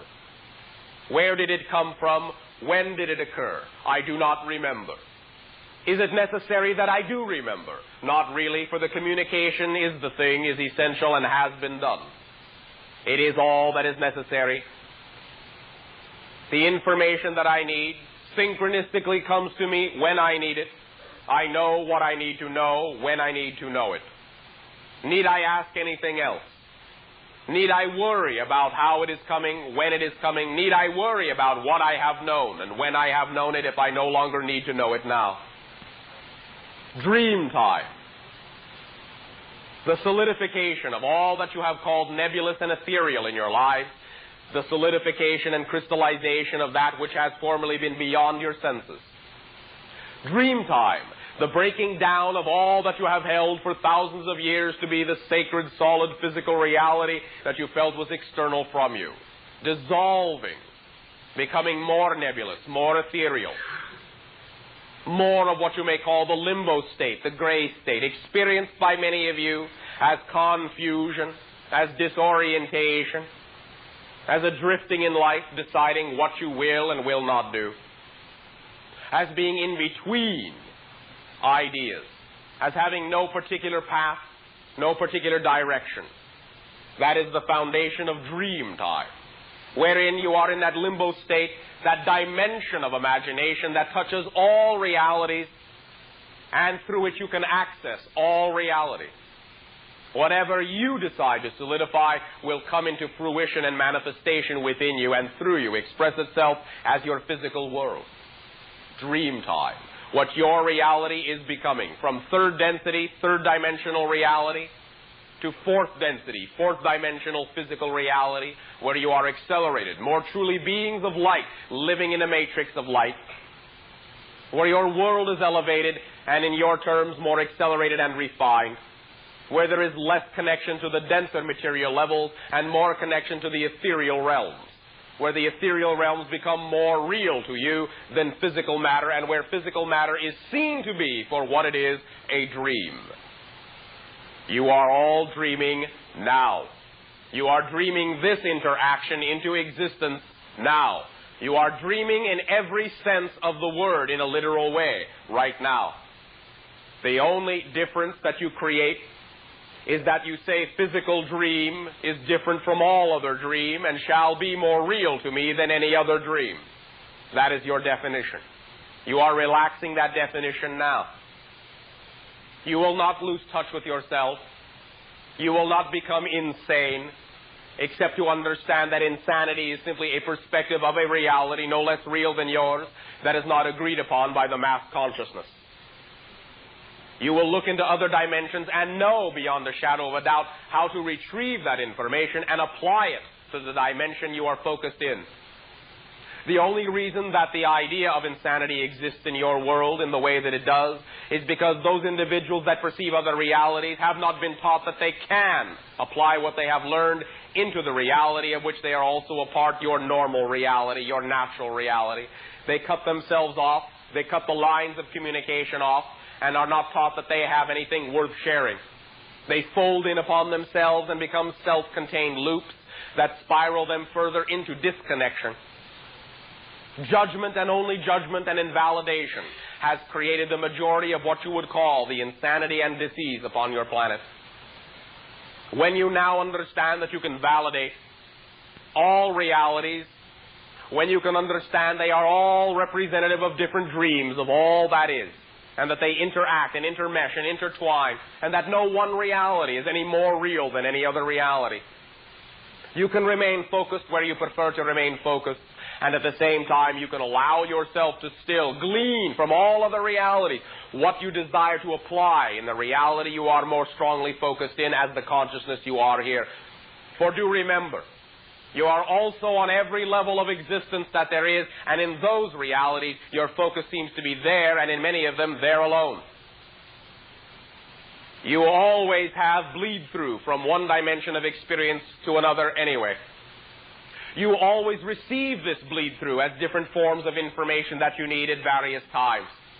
This bleed-through will not necessarily appear to have come from another dimension of yourself, from another plane of existence, because it will always be automatically translated by you into a format you can understand and apply in this reality. So you may not think that you are cross-talking to other dimensions of yourself, but you always are. Many things that you simply find as inspiration within you automatically, as you say, out of the blue, come from other versions of yourself in other dimensions of experience, communicating with you, knowingly or unknowingly. You are doing the same for them, inspiring them, supporting them by supporting the totality of your being. The notion of a way you can use this idea to assist yourselves in your present is by knowing that each and every one of you will always have a future self. That future self, in the way you choose to define it, is someone who has already been through what you are going through now and knows that you succeeded. Be in communication with that future self. Be that future self. Be supportive of everything you would call your past self. Tell your past self you made it. You're successful. Inspire your past self. Change the spectrum of your timeline all the way up and down, that continuity shift. Pull yourself up by yourself all the way from yourself. Be the future self in the present. Be expandedly connected to all selves that you are. Know that you are always intertwined. Know that you are always in touch. Know that you are never cut off. Imagine this now. Closing your eyes and once again orienting yourself to your place of perfect peace with 3 deep breaths.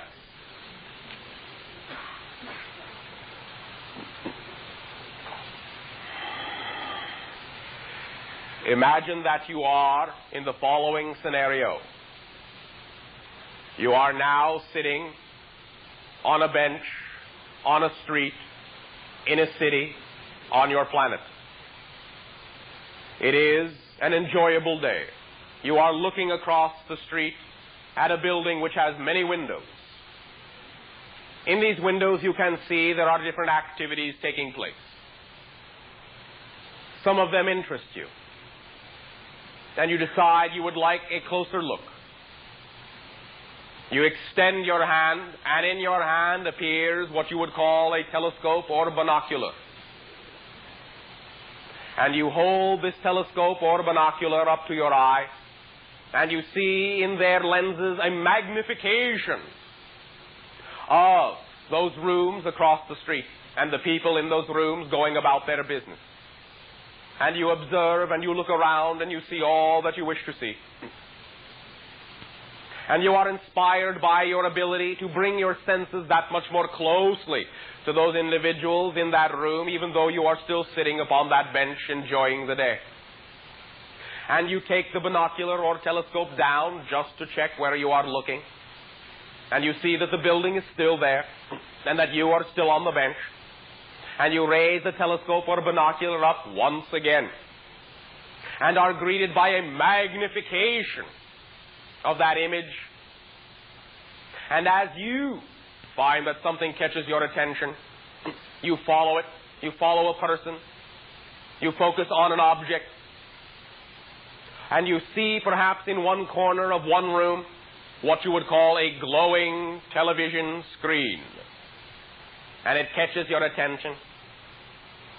And you make an adjustment on your telescope, on your binocular, to bring in the magnification even larger. And you become absorbed with what you are seeing, this information, this fascinating information on this screen. You are absorbed and you cannot take your eyes off of it. It fascinates you and you begin to realize that they are doing very exciting things in this building. And that perhaps you are even considering being a part of it. And as you watch the magnification of the television screen, you all of a sudden realize that the binocular and the telescope is no longer there. That your senses are next to the television screen. That your eyes seem to have moved. And you look around and you see you are in the room itself. And you look back out the window and there you are sitting on the bench, holding the telescope, holding the binocular, but your senses are now in the room, looking at anything you wish to look at. All objects, bring them up, magnify them, bring them close to the sense of your sight. Observe them in every way, shape, and form, color, size, mass, temperature.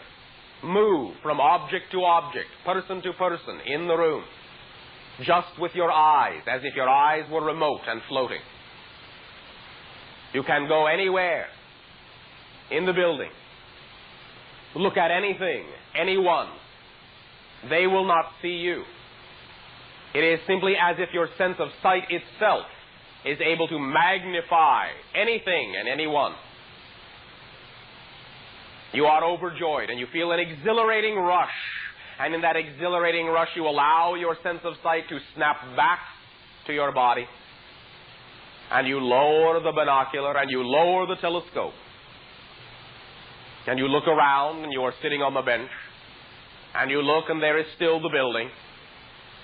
And you realize, yes, truly your sense of sight was in the building. And you did not have to rely on the telescope or the binocular any longer. You had magnified your experience. You had allowed yourself, your consciousness, your sense to extend beyond the idea of your physical form, because you know that your consciousness contains your physical form, and that your consciousness can expand as a bubble beyond your physical form. And that anywhere the skin of that bubble chooses to expand, your consciousness is there and can be anywhere on the surface of that bubble. And it takes no time to travel around the surface of that bubble. You can open an eye in one position and close it and open it again in the next. No matter how far apart those two positions may be, they are interconnected and are a part of the surface of the skin of the expanding bubble of your consciousness. And now, for a moment, simply rest upon the bench. Let the binocular and the telescope fade into the air. Fade out of your reality. Let it dissolve. You have no need of it for the moment. And look around. Look around and begin to see all of the physical reality around you vibrating with bright sunlight until it seems to vibrate with a life and a color of its own. Every object, every lamp, every tree beginning to vibrate, reflect sunlight brighter and brighter, until everything looks as what you would call a mirage, shimmering, vibrating, becoming more and more transparent, more and more liquid, more and more air, until you can begin to see through these objects. And you are fascinated, and you play with this idea, allowing them to become solid, and then allowing them to heat up and become mirage-like. And you realize that all of these waves of energy are emanating from your sense of sight itself. That your sense of sight is responsible for the creation of all that you see. That what you see around you, that you thought your eyes were receiving, are simply projections of your sense of sight. And as you move your head from left to right and up and down, all is seen as a wavering mirage. The bench upon which you are sitting is a solid thing, the only solid thing which now floats in a sea of wavering energy, like waves of heat rising from a hot pavement. Everything is fluctuating. Everything is undulating. And slowly you begin to perceive the following idea. There seem to be other objects that were not there before, in between the ones you were familiar with, overlapping, fading in, double, triple, quadruple exposures of different realities. You are bridging the barriers, the veils, from one dimension to another, from one parallel world to another. You are seeing the comings and the goings of many individuals who do not see you, who do not see each other, but pass through each other as if they were specters and ghosts. You are seeing overlapping vibrational realities. Each reality you perceive thinks itself to be one solid, real reality to the exclusion of all others. But now you see the amount of traffic that actually exists in the same place, simply on different wavelengths, different frequencies, so they do not interact with each other. And yet, you all see that they are made of the same energy, and the same energy connects them all, and they are manifested out of the same energy that manifests you, so that you know, on some level, they are all in communication, even though they may play that they do not know it, so as to maintain the focus of their world for the specific idea and the specific experiment and the specific game they wish to play, because that is creative too.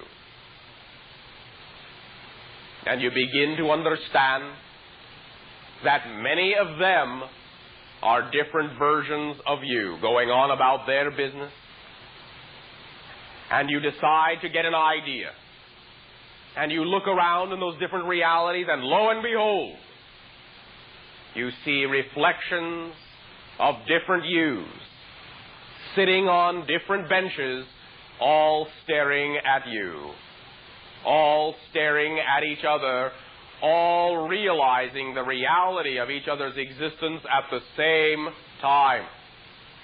And you feel something in your heart, and you feel something in your solar plexus, and you feel the prickling and the tingling sensation all up and down your spine, that you now see each other, and you now know each other exists, and you also know that you are extensions of the same one being, the same one consciousness, and that all of the different fragments sitting on all the benches, they are not who you are. Whatever that combination is of all of those yous, whatever that space is in between all of those versions sitting on all of those benches, whatever the interaction is between you, that is the actual you. You, the consciousness that you are, is the interaction itself that gives rise to all of the observers and all of the interacting components. You are the event itself, watching itself from all the different angles, all the different points of view, all the different realities that it can possibly watch itself from. You are a self-reflecting, multidimensional, multifaceted crystal. This realization washes through you, washes over you. You are everywhere. You are every when. You are every one.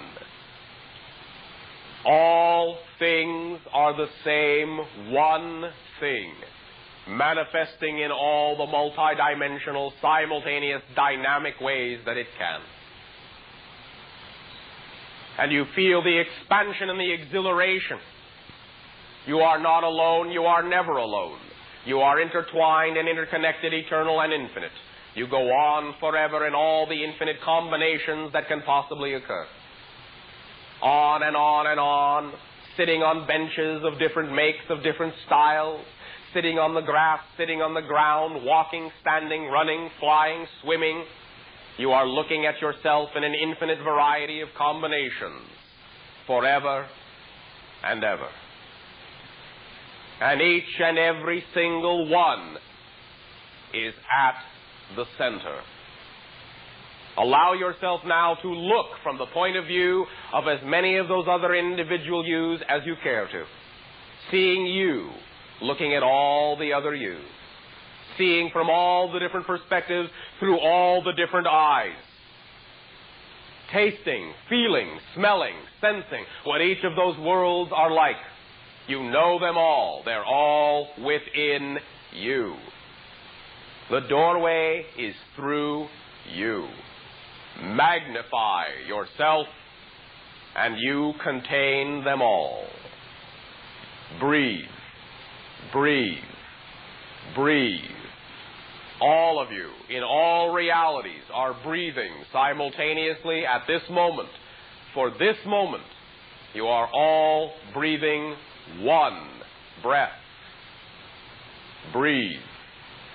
Feel the expansiveness. Feel the crystallization through your corporeal forms. You are one body, one life, one pulse, one being. You are the fabric of consciousness itself. You are galactic.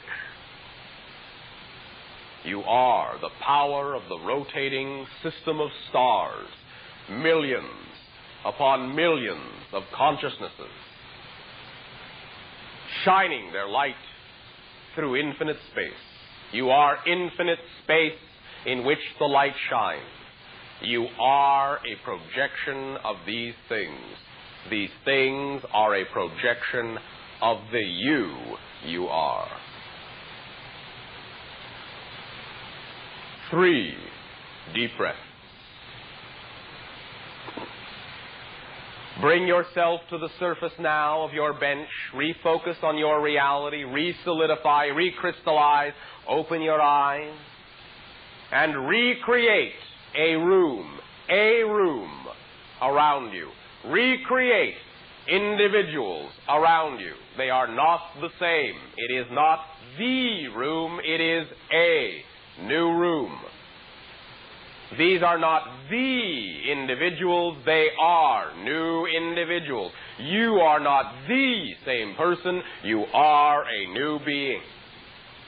This is not the same dimension in which you began. This is another earth. An earth more representative of the reality you prefer to be. When you change the vibration of your being, you create around you and attract to you the earth that is representative of who you now are.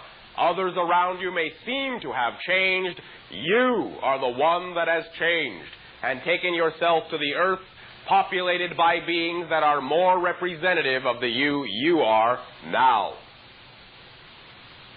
If you wish to see anything in your reality change yourself,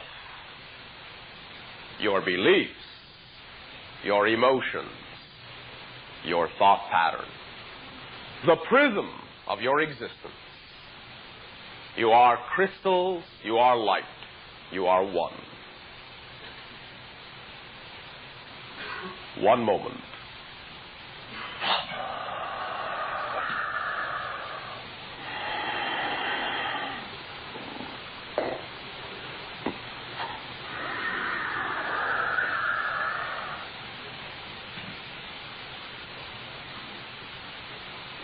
All right, I'll say, how do you all feel?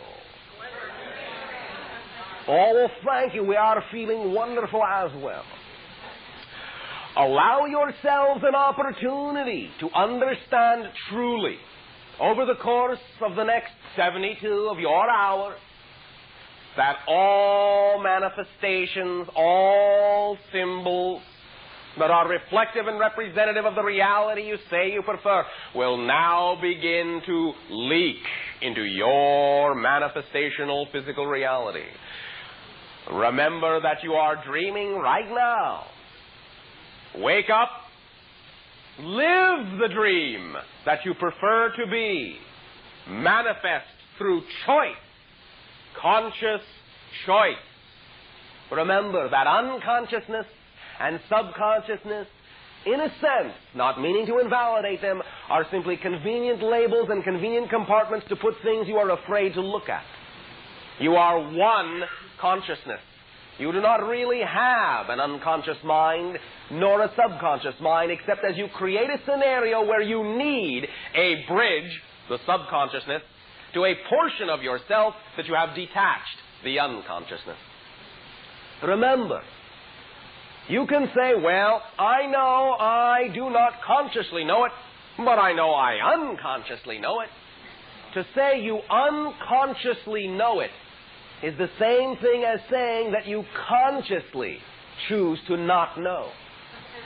Allow yourself to balance this equation. Unconscious knowingness is simply conscious lack of willingness to know. There is nothing that you could ever discover about yourselves that would ever be able to harm you in any way, shape, or form if you did not choose to believe that scenario. There is nothing that you could ever discover about yourself that cannot be applied in a positive way because you say so. You do not need another reason other than because you say so. Conviction, spontaneity, acting it out, being, not becoming, being the person you desire to be. Always. Being. Living. It is your choice. It is up to you. However you choose to do it will be correct for you. And we will always cherish any tool, any ritual, any path, any method you choose to take. Because we know beyond the shadow of a doubt that no matter what you choose to think of yourselves, you are worth believing in. That you are absolutely self-empowered. We know that beyond the shadow of a doubt. I will hesitate not one microsecond to say you are capable of anything. Some of you know that. Maybe not in a positive way. But allow yourself now to know that you are remembering who you are, and you are waking up from an old dream. A dream of segregation, a dream of separation, a dream of limitation, a dream of negativity.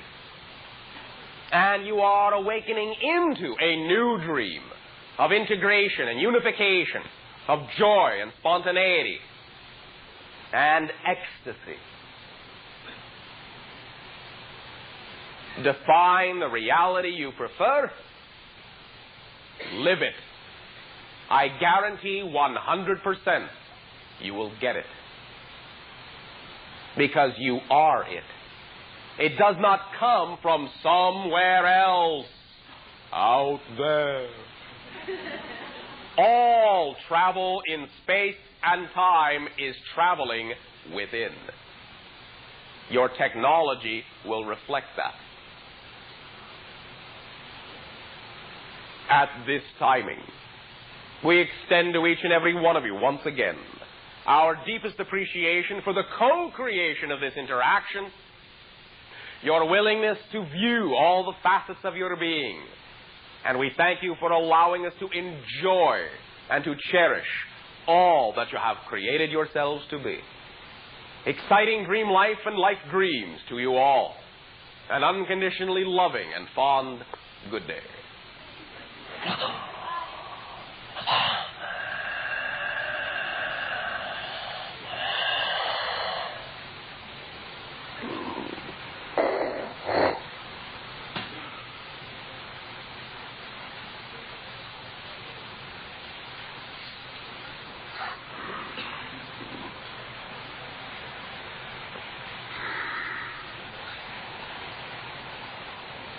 How did it go?